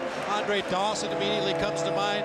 Gary Matthews, Ryan Sandberg, all these guys, he had taken the best things from their game, incorporated them into his game. 2-1 to Sosa. Rodriguez turns it loose. Hit hard, fair, down the left field line into the corner. Sosa makes a turn and he cruises into second with a stand-up double. 4th straight time Sosa's reached base. Generally, it's the other way around. When Sosa hit 3rd and Grace hit 4th, Sosa would hit the long ball. Grace would double. Well, Don Baylor said he wanted to see Sammy get more involved, be a more complete player. He hasn't hit a long ball in this game, but comes up with his 2nd base hit. He also has walked twice in the ball game. And who's the best cheerleader on that bench? He's rooting that ball fair all the way down the line.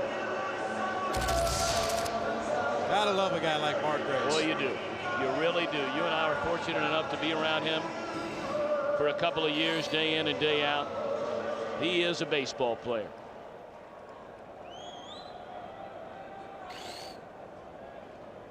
Tarek Brock will bat for the first time. Showed you earlier making his major league debut here tonight. This is his first big league at bat.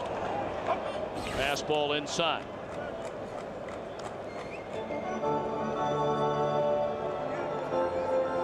It's only natural you see a guy with the last name of Brock and you think, well, is he related to Lou Brock?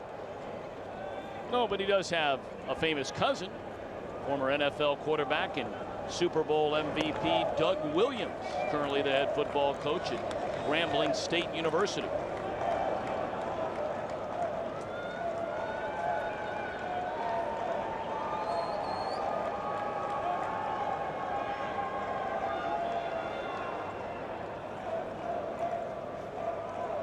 Sosa at second, 2 away here in the Chicago 8th inning. And that one fouled off. 2 balls and a strike to Brock.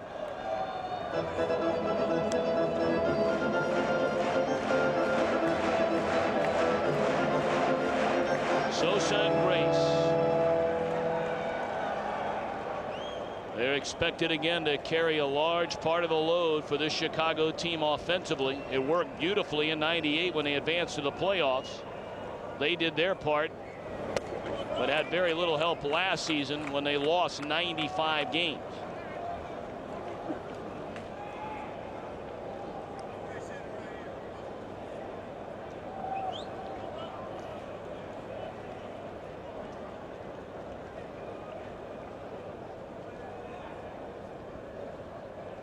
Three-one pitch on the ground into right field, a base hit. They're going to wave Sosa. Here comes a throw from Bell to the plate. Slide out at the plate. So Gene Glenn waves Sosa with Bell charging in right field, and he fires a strike to Piazza, cutting down Sosa at home. You get one more look. Grace homers in the inning, and we head for the bottom half of the 8th. The Cubs beating the Mets 5-1, and Grace says hello to the new millennium with his first home run. The night is over for the 29-year-old native of Council Bluffs, Iowa, John Lieber. An outstanding effort tonight. 7 innings, allows only 1 run, and he'll give way to the big right-hander, former #1 pick of the Astros, Brian Williams. Williams signed as a free agent from the Houston Astros. Pitched in 50 ball games for the Stros last year. Recorded a 2-1 record, a 4.41 ERA. Used to be an extremely hard thrower.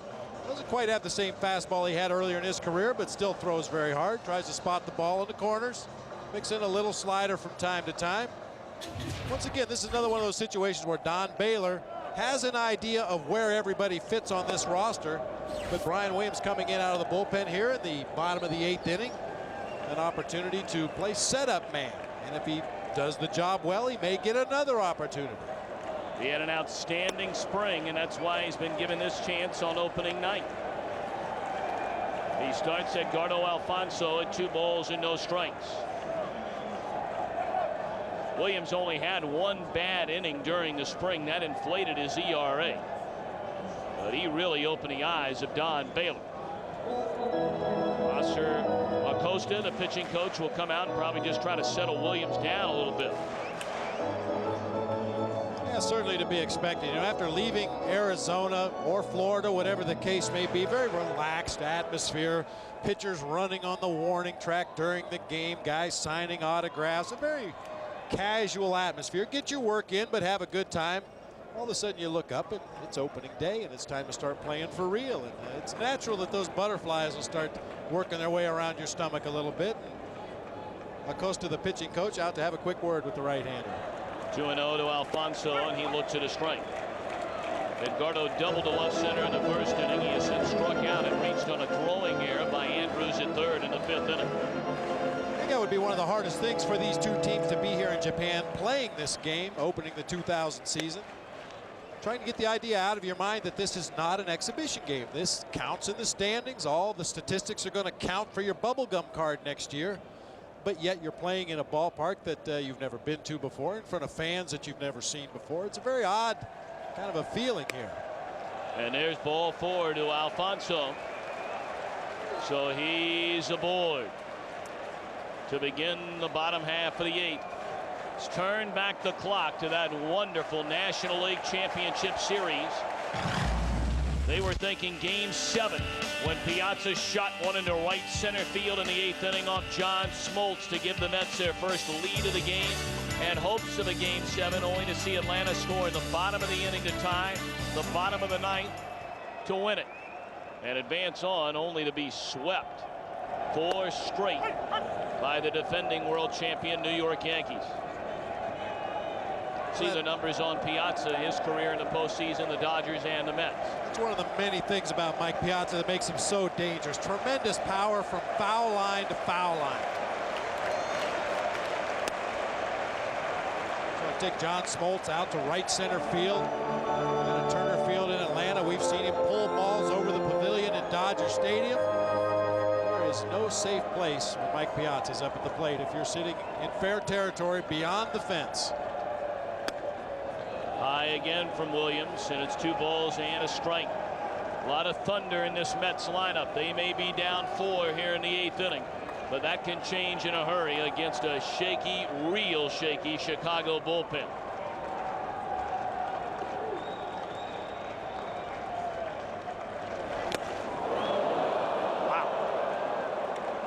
Big swing from Piazza. Williams reached back a little bit that time. 93 miles an hour on this fastball, and this is in a zone that Piazza normally likes the ball. Middle of the plate in.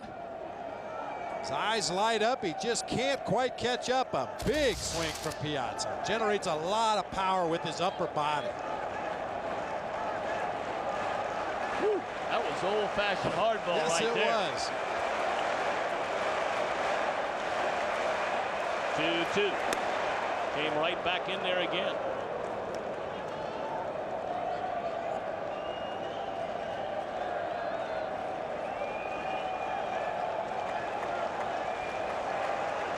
Don Baylor will tell you point blank the bullpen could be a real key for this Cubs team this season.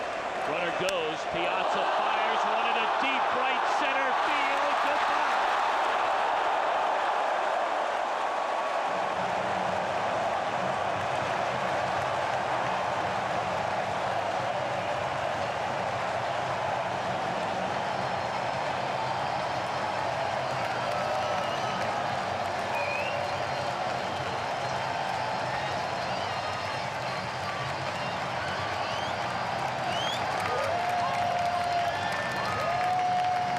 That's why he came here tonight, to see his hero Mike Piazza hit a home run.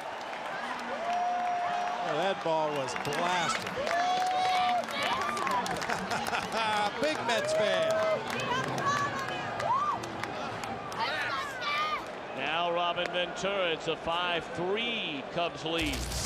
Boy, there's a very fine line between being brave and being foolish. Throwing Mike Piazza 3 consecutive fastballs over the heart of the plate, I would have to consider foolish. And now Williams misses high to Ventura. 1 ball and 1 strike. Piazza hit 40 of them a season ago. Number 1 in the year 2000 right there.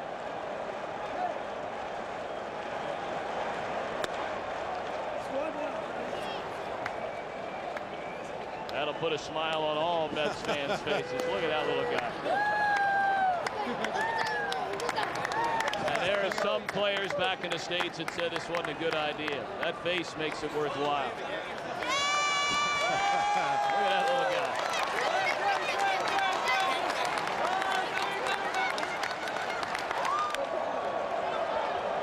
One hopper at Grace, and Ventura again slips coming out of the batter's box. He fell down coming out earlier and sort of limped off the field. That was back in the 2nd inning. Well, the way Ventura reacted, I thought perhaps he had fouled that ball off of his front foot. But you can see once again, he just crumbles right there. Ball was hit fair down the first base line. Grace made the play easily. Robin Ventura just never was able to gather himself and make any kind of a move out of the batter's box.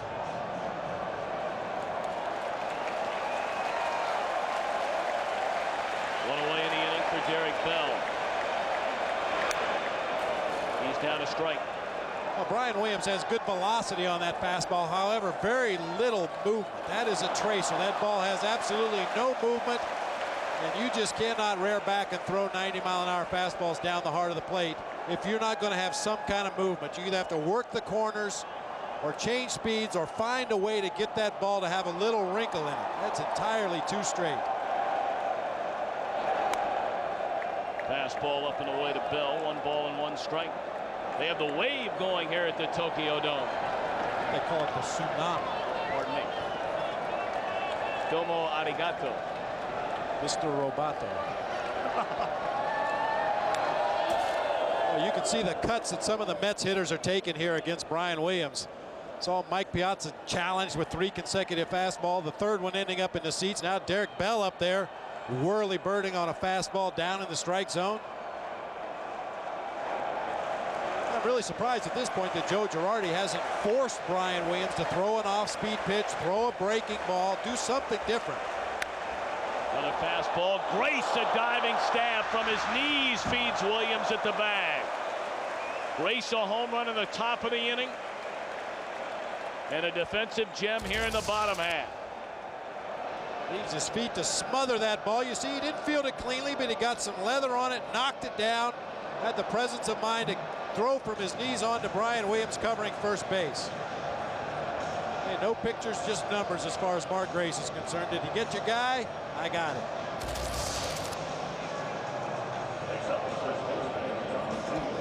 I believe he's saying to his teammates, I caught it in my teeth. 4 gold gloves at first base. JT Snow has come over the last couple of years since leaving the American League to take away that gold glove at first base for Grace, winning the last 3 seasons with the Giants.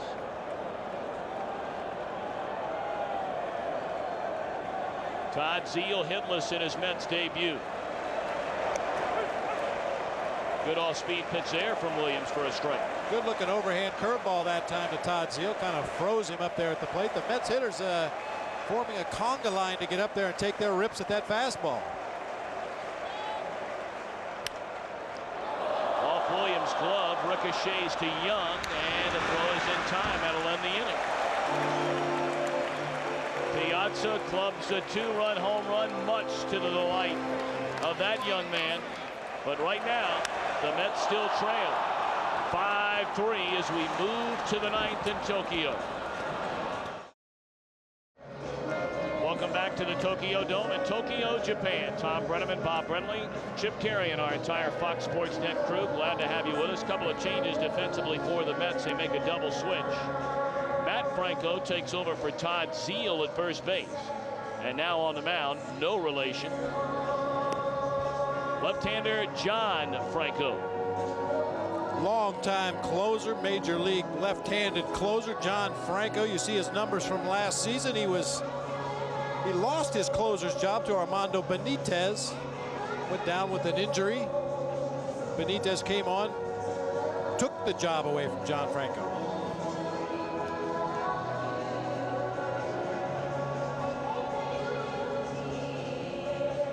Well, we've had a great time thus far here in Tokyo. Of course, these games do count as Rick Aguilera begins to get loose. He's the Cubs closer. 2-run lead as we move to the 9th inning. And Bobby, we've seen a good ball game here tonight. I think everybody clearly feels the Mets are the superior team between these two ball clubs going into the year. But as the old adage goes, that's why you play the game. That's why you play the game. And I'm really kind of surprised to see the intensity and the way this game has been played so many times coming out of spring training. As you get a look at where Franco ranks among active save leaders, so many times coming out of spring training, it takes a few games, maybe a week, maybe more, for a team to get into regular season mode. Players are not used to going 9 innings. Pitchers are used in a very odd way in spring training. Sometimes you'll see the closers start the game so they get an opportunity to pitch against the opposition's best players. They don't generally use the pitchers in the same manner they're going to use them in the regular season. If you're not familiar with John Franco, his bread and butter pitch is a screwball. Throws a couple of different fastballs, but generally when his back's against the wall, he needs an out or he needs a strikeout, he'll turn that ball over, get it to fade away from the right-handed hitters. He'll throw it a couple of different speeds. One's a little harder than the other. There it was right there. Got Andrews out in front, just barely cued it off the end of the bat.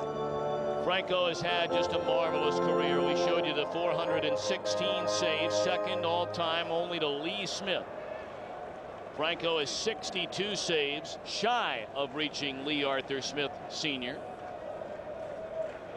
But the question becomes, will he get the chance to close games again? He was 19 of 21 in save opportunities last year before injuring a tendon on the middle finger of his left throwing hand. Armando Benitez took over, a dominant closer, as Franco fans Andrews to begin the 9th inning. Look at that last pitch.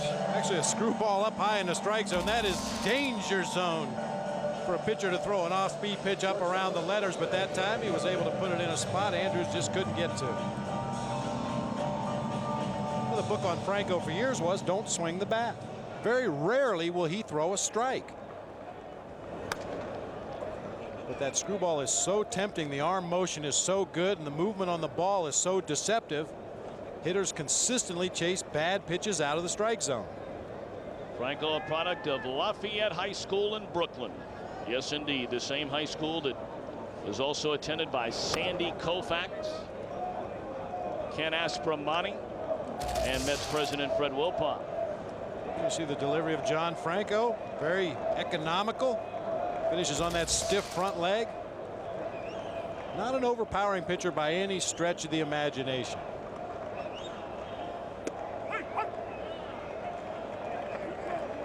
Franco, a pitcher that would really fit in right here in the Japanese major leagues. They have a lot of pitchers who throw submarines, sidearm, a lot of junk, a lot of breaking balls. The pitchers that we've seen the last couple of days. Franco certainly would fit that mold as a guy that's not overpowering, relies on finesse and hitting his spots and taking advantage of the hitter's aggressiveness.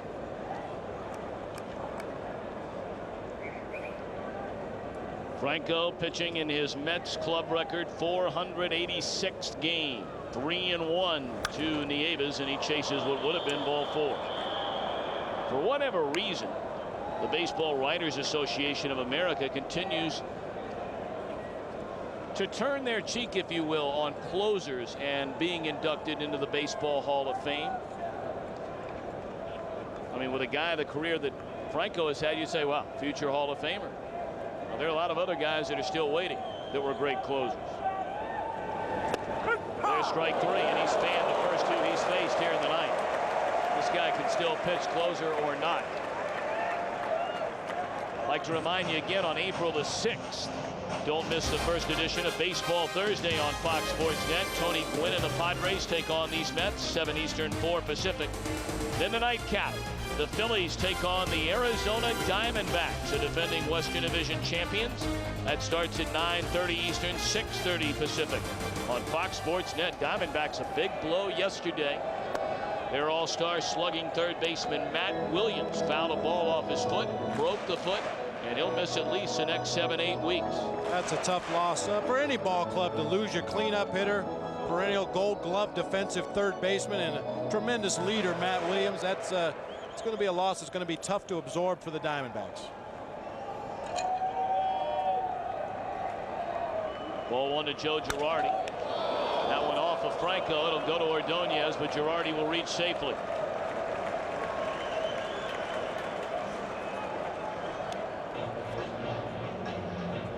That'll be a base hit.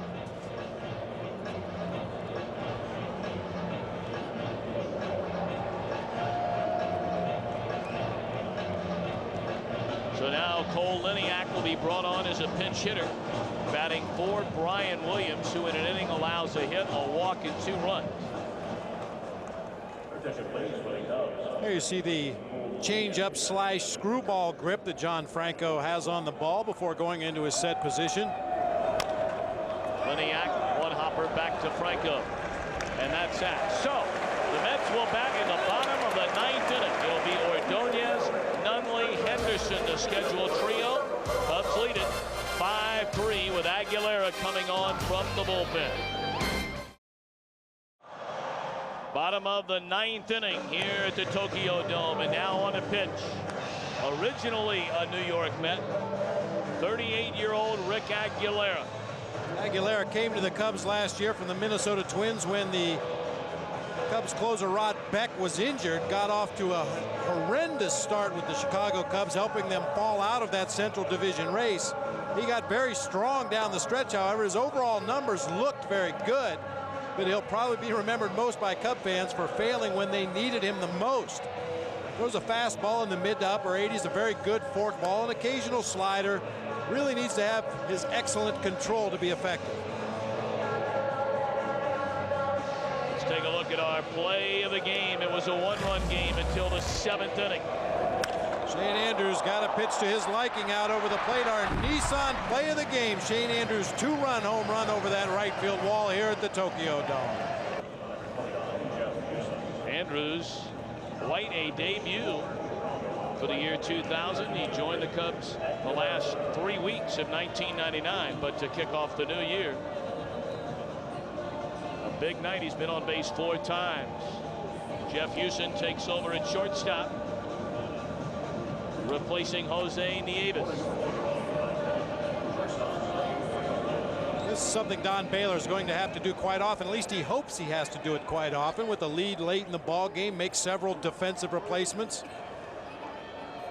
Bobby Valentine out to have a word with Randy Marsh. Not exactly sure what prompted this. Don Baylor probably wondering the same thing. I think, Tommy, I talked to Randy Marsh in the hotel lobby yesterday, and he said there are a couple of different things about playing here. One of them being there's a 5th umpire behind home plate.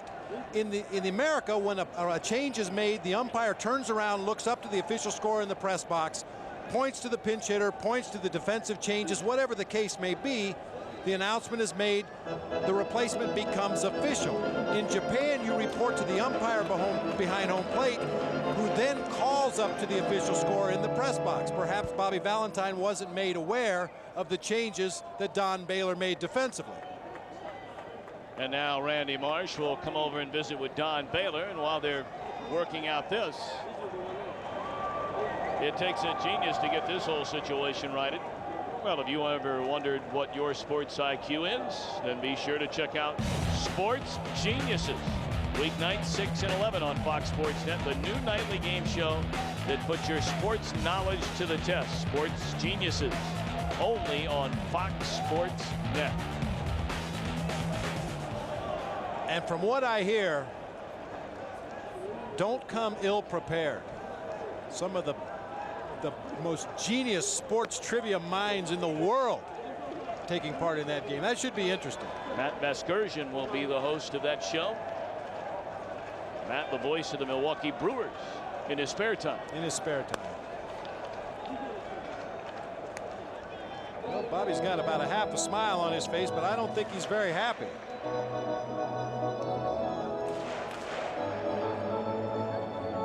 He's nodding his head yes. Apparently he's in agreement with whatever's going on. And we're going to get back to action. All right, we're in the bottom of the 9th inning. 5 runs, 12 hits, 2 errors, 13 left on base for Chicago. The Mets 3 runs, 6 hits, no errors. They've left 7. Aguilera on to try and close this one out. And he delivers ball 1 down low to Ray Ordonez. Aguilera, 10-game winner for the Mets when they won the World Series back in '86. Then he was a starter. Was, of course, dealt to the Minnesota Twins in that blockbuster trade that brought Frank Viola from Minnesota to New York. And has been in Minnesota ever since, except for a short spell in Boston in '95. 1-2 on Ordonez. World Series rings, both with the Mets and the Twins.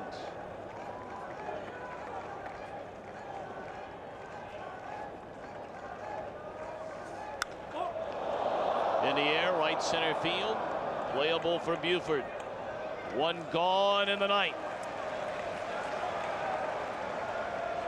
Well, that's exactly what you want to do facing a guy like Ray Ordonez. Get him to hit the ball in the air to the big part of the ballpark. Ordonez is not one of those guys like a Mike Piazza who's going to drive the ball 450 feet to the opposite field. You get those little guys hitting the ball in the air to the big part of the park, you're going to be pretty successful. Boy, what a great outing by John Lieber tonight. Stepping up when the Cubs pitching staff was in disarray. Kerry Wood injured, Ishmael Valdez injured. John Lieber steps up and pitches a tremendous game under a lot of pressure for new skipper Don Baylor.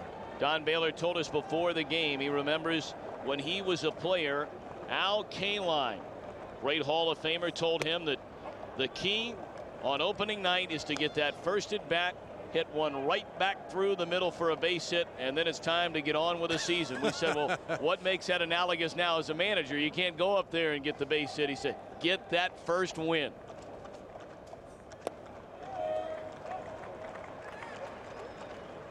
Baylor has a tough job, no two ways about it. The Cubs on paper don't stack up with other clubs in their division. Cincinnati, the 3-time division champion Houston, St. Louis in that revamped starting rotation with Andy Bennis and Pat Haenken and Darryl Kyle. But it won't be from a lack of effort when that man right there is running the ship. Base hit into right field for Nunnally. So the Mets will send the tying run to the plate here in the bottom of the 9th. Well, Don Baylor was hoping it was going to be easy. Nunnally reaches base, which obviously brings the tying run to the plate. So you want to be a manager, huh? And Rickey Henderson is a guy that can hit the ball out of this ballpark. Henderson has seen more of Aguilera than any other player on the Mets team. Both Henderson and Aguilera spending the overwhelming majority of their careers, of course, in the American League. Well, Henderson has seen a lot of Aguilera, but he has not had a lot of success. 4 for 22 lifetime. It's a 182 average. Henderson looks at a strike. Rickey 1 of 3, singled back in the 3rd inning. He walked his last at bat in the 7th.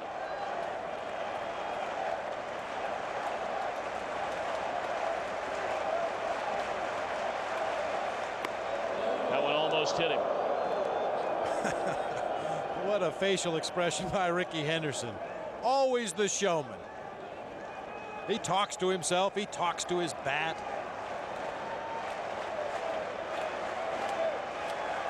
Whatever it takes. 1-1 to Henderson, a check swing, and he fouled it off. 1 ball and 2 strikes.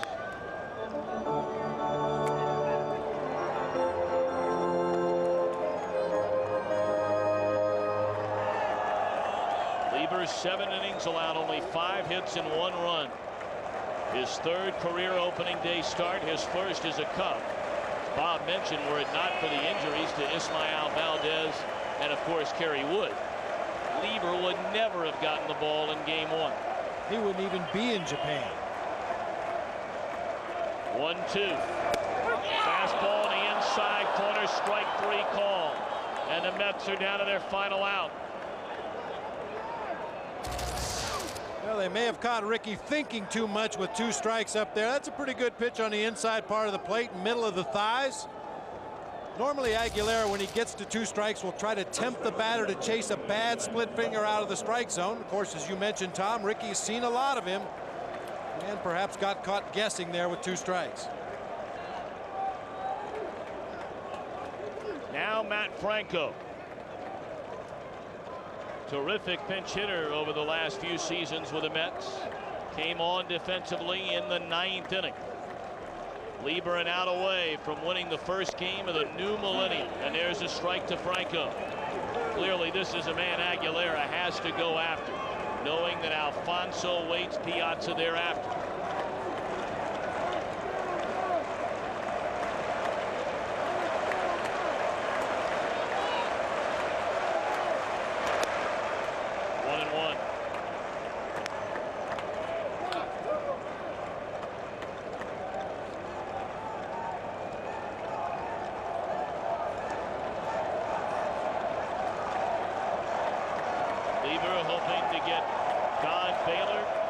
First win as a new Cubs skipper.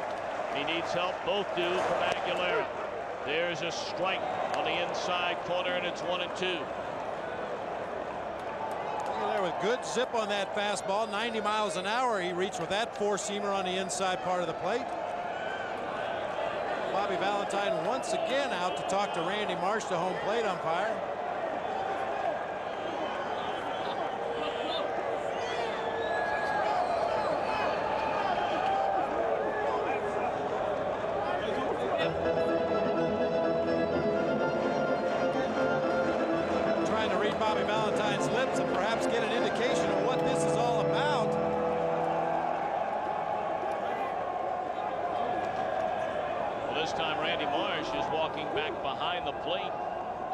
Or inquire about something. There was nothing, at least apparent to us, that happened on that pitch.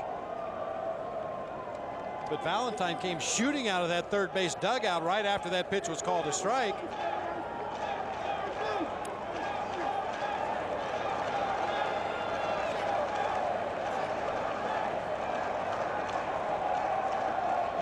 It appeared that Randy Marsh was signaling with his hand the letter P, which would indicate that the game is being played under protest.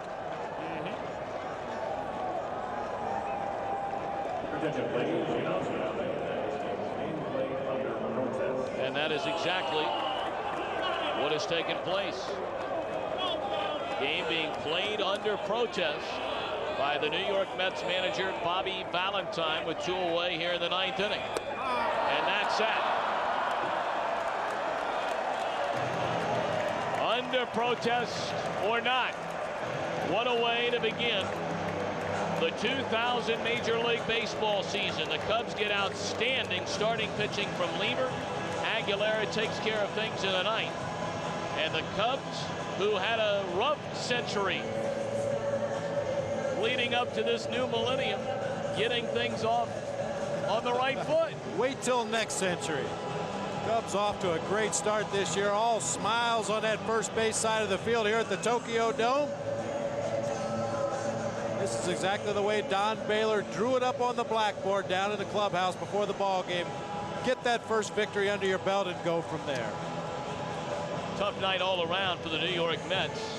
I mean, Mike Hampton battled, no two ways about that, but in his first game as a starting pitcher, walked 9, the most by a Mets pitcher since 1983, and the Cubs took advantage. And they did take advantage. They could have taken more advantage, right. And I'm sure Don Baylor's a little disappointed that they didn't cash in on some of those early opportunities. But I think Mike Hampton learned a valuable lesson. I mentioned it when Chip was in the booth.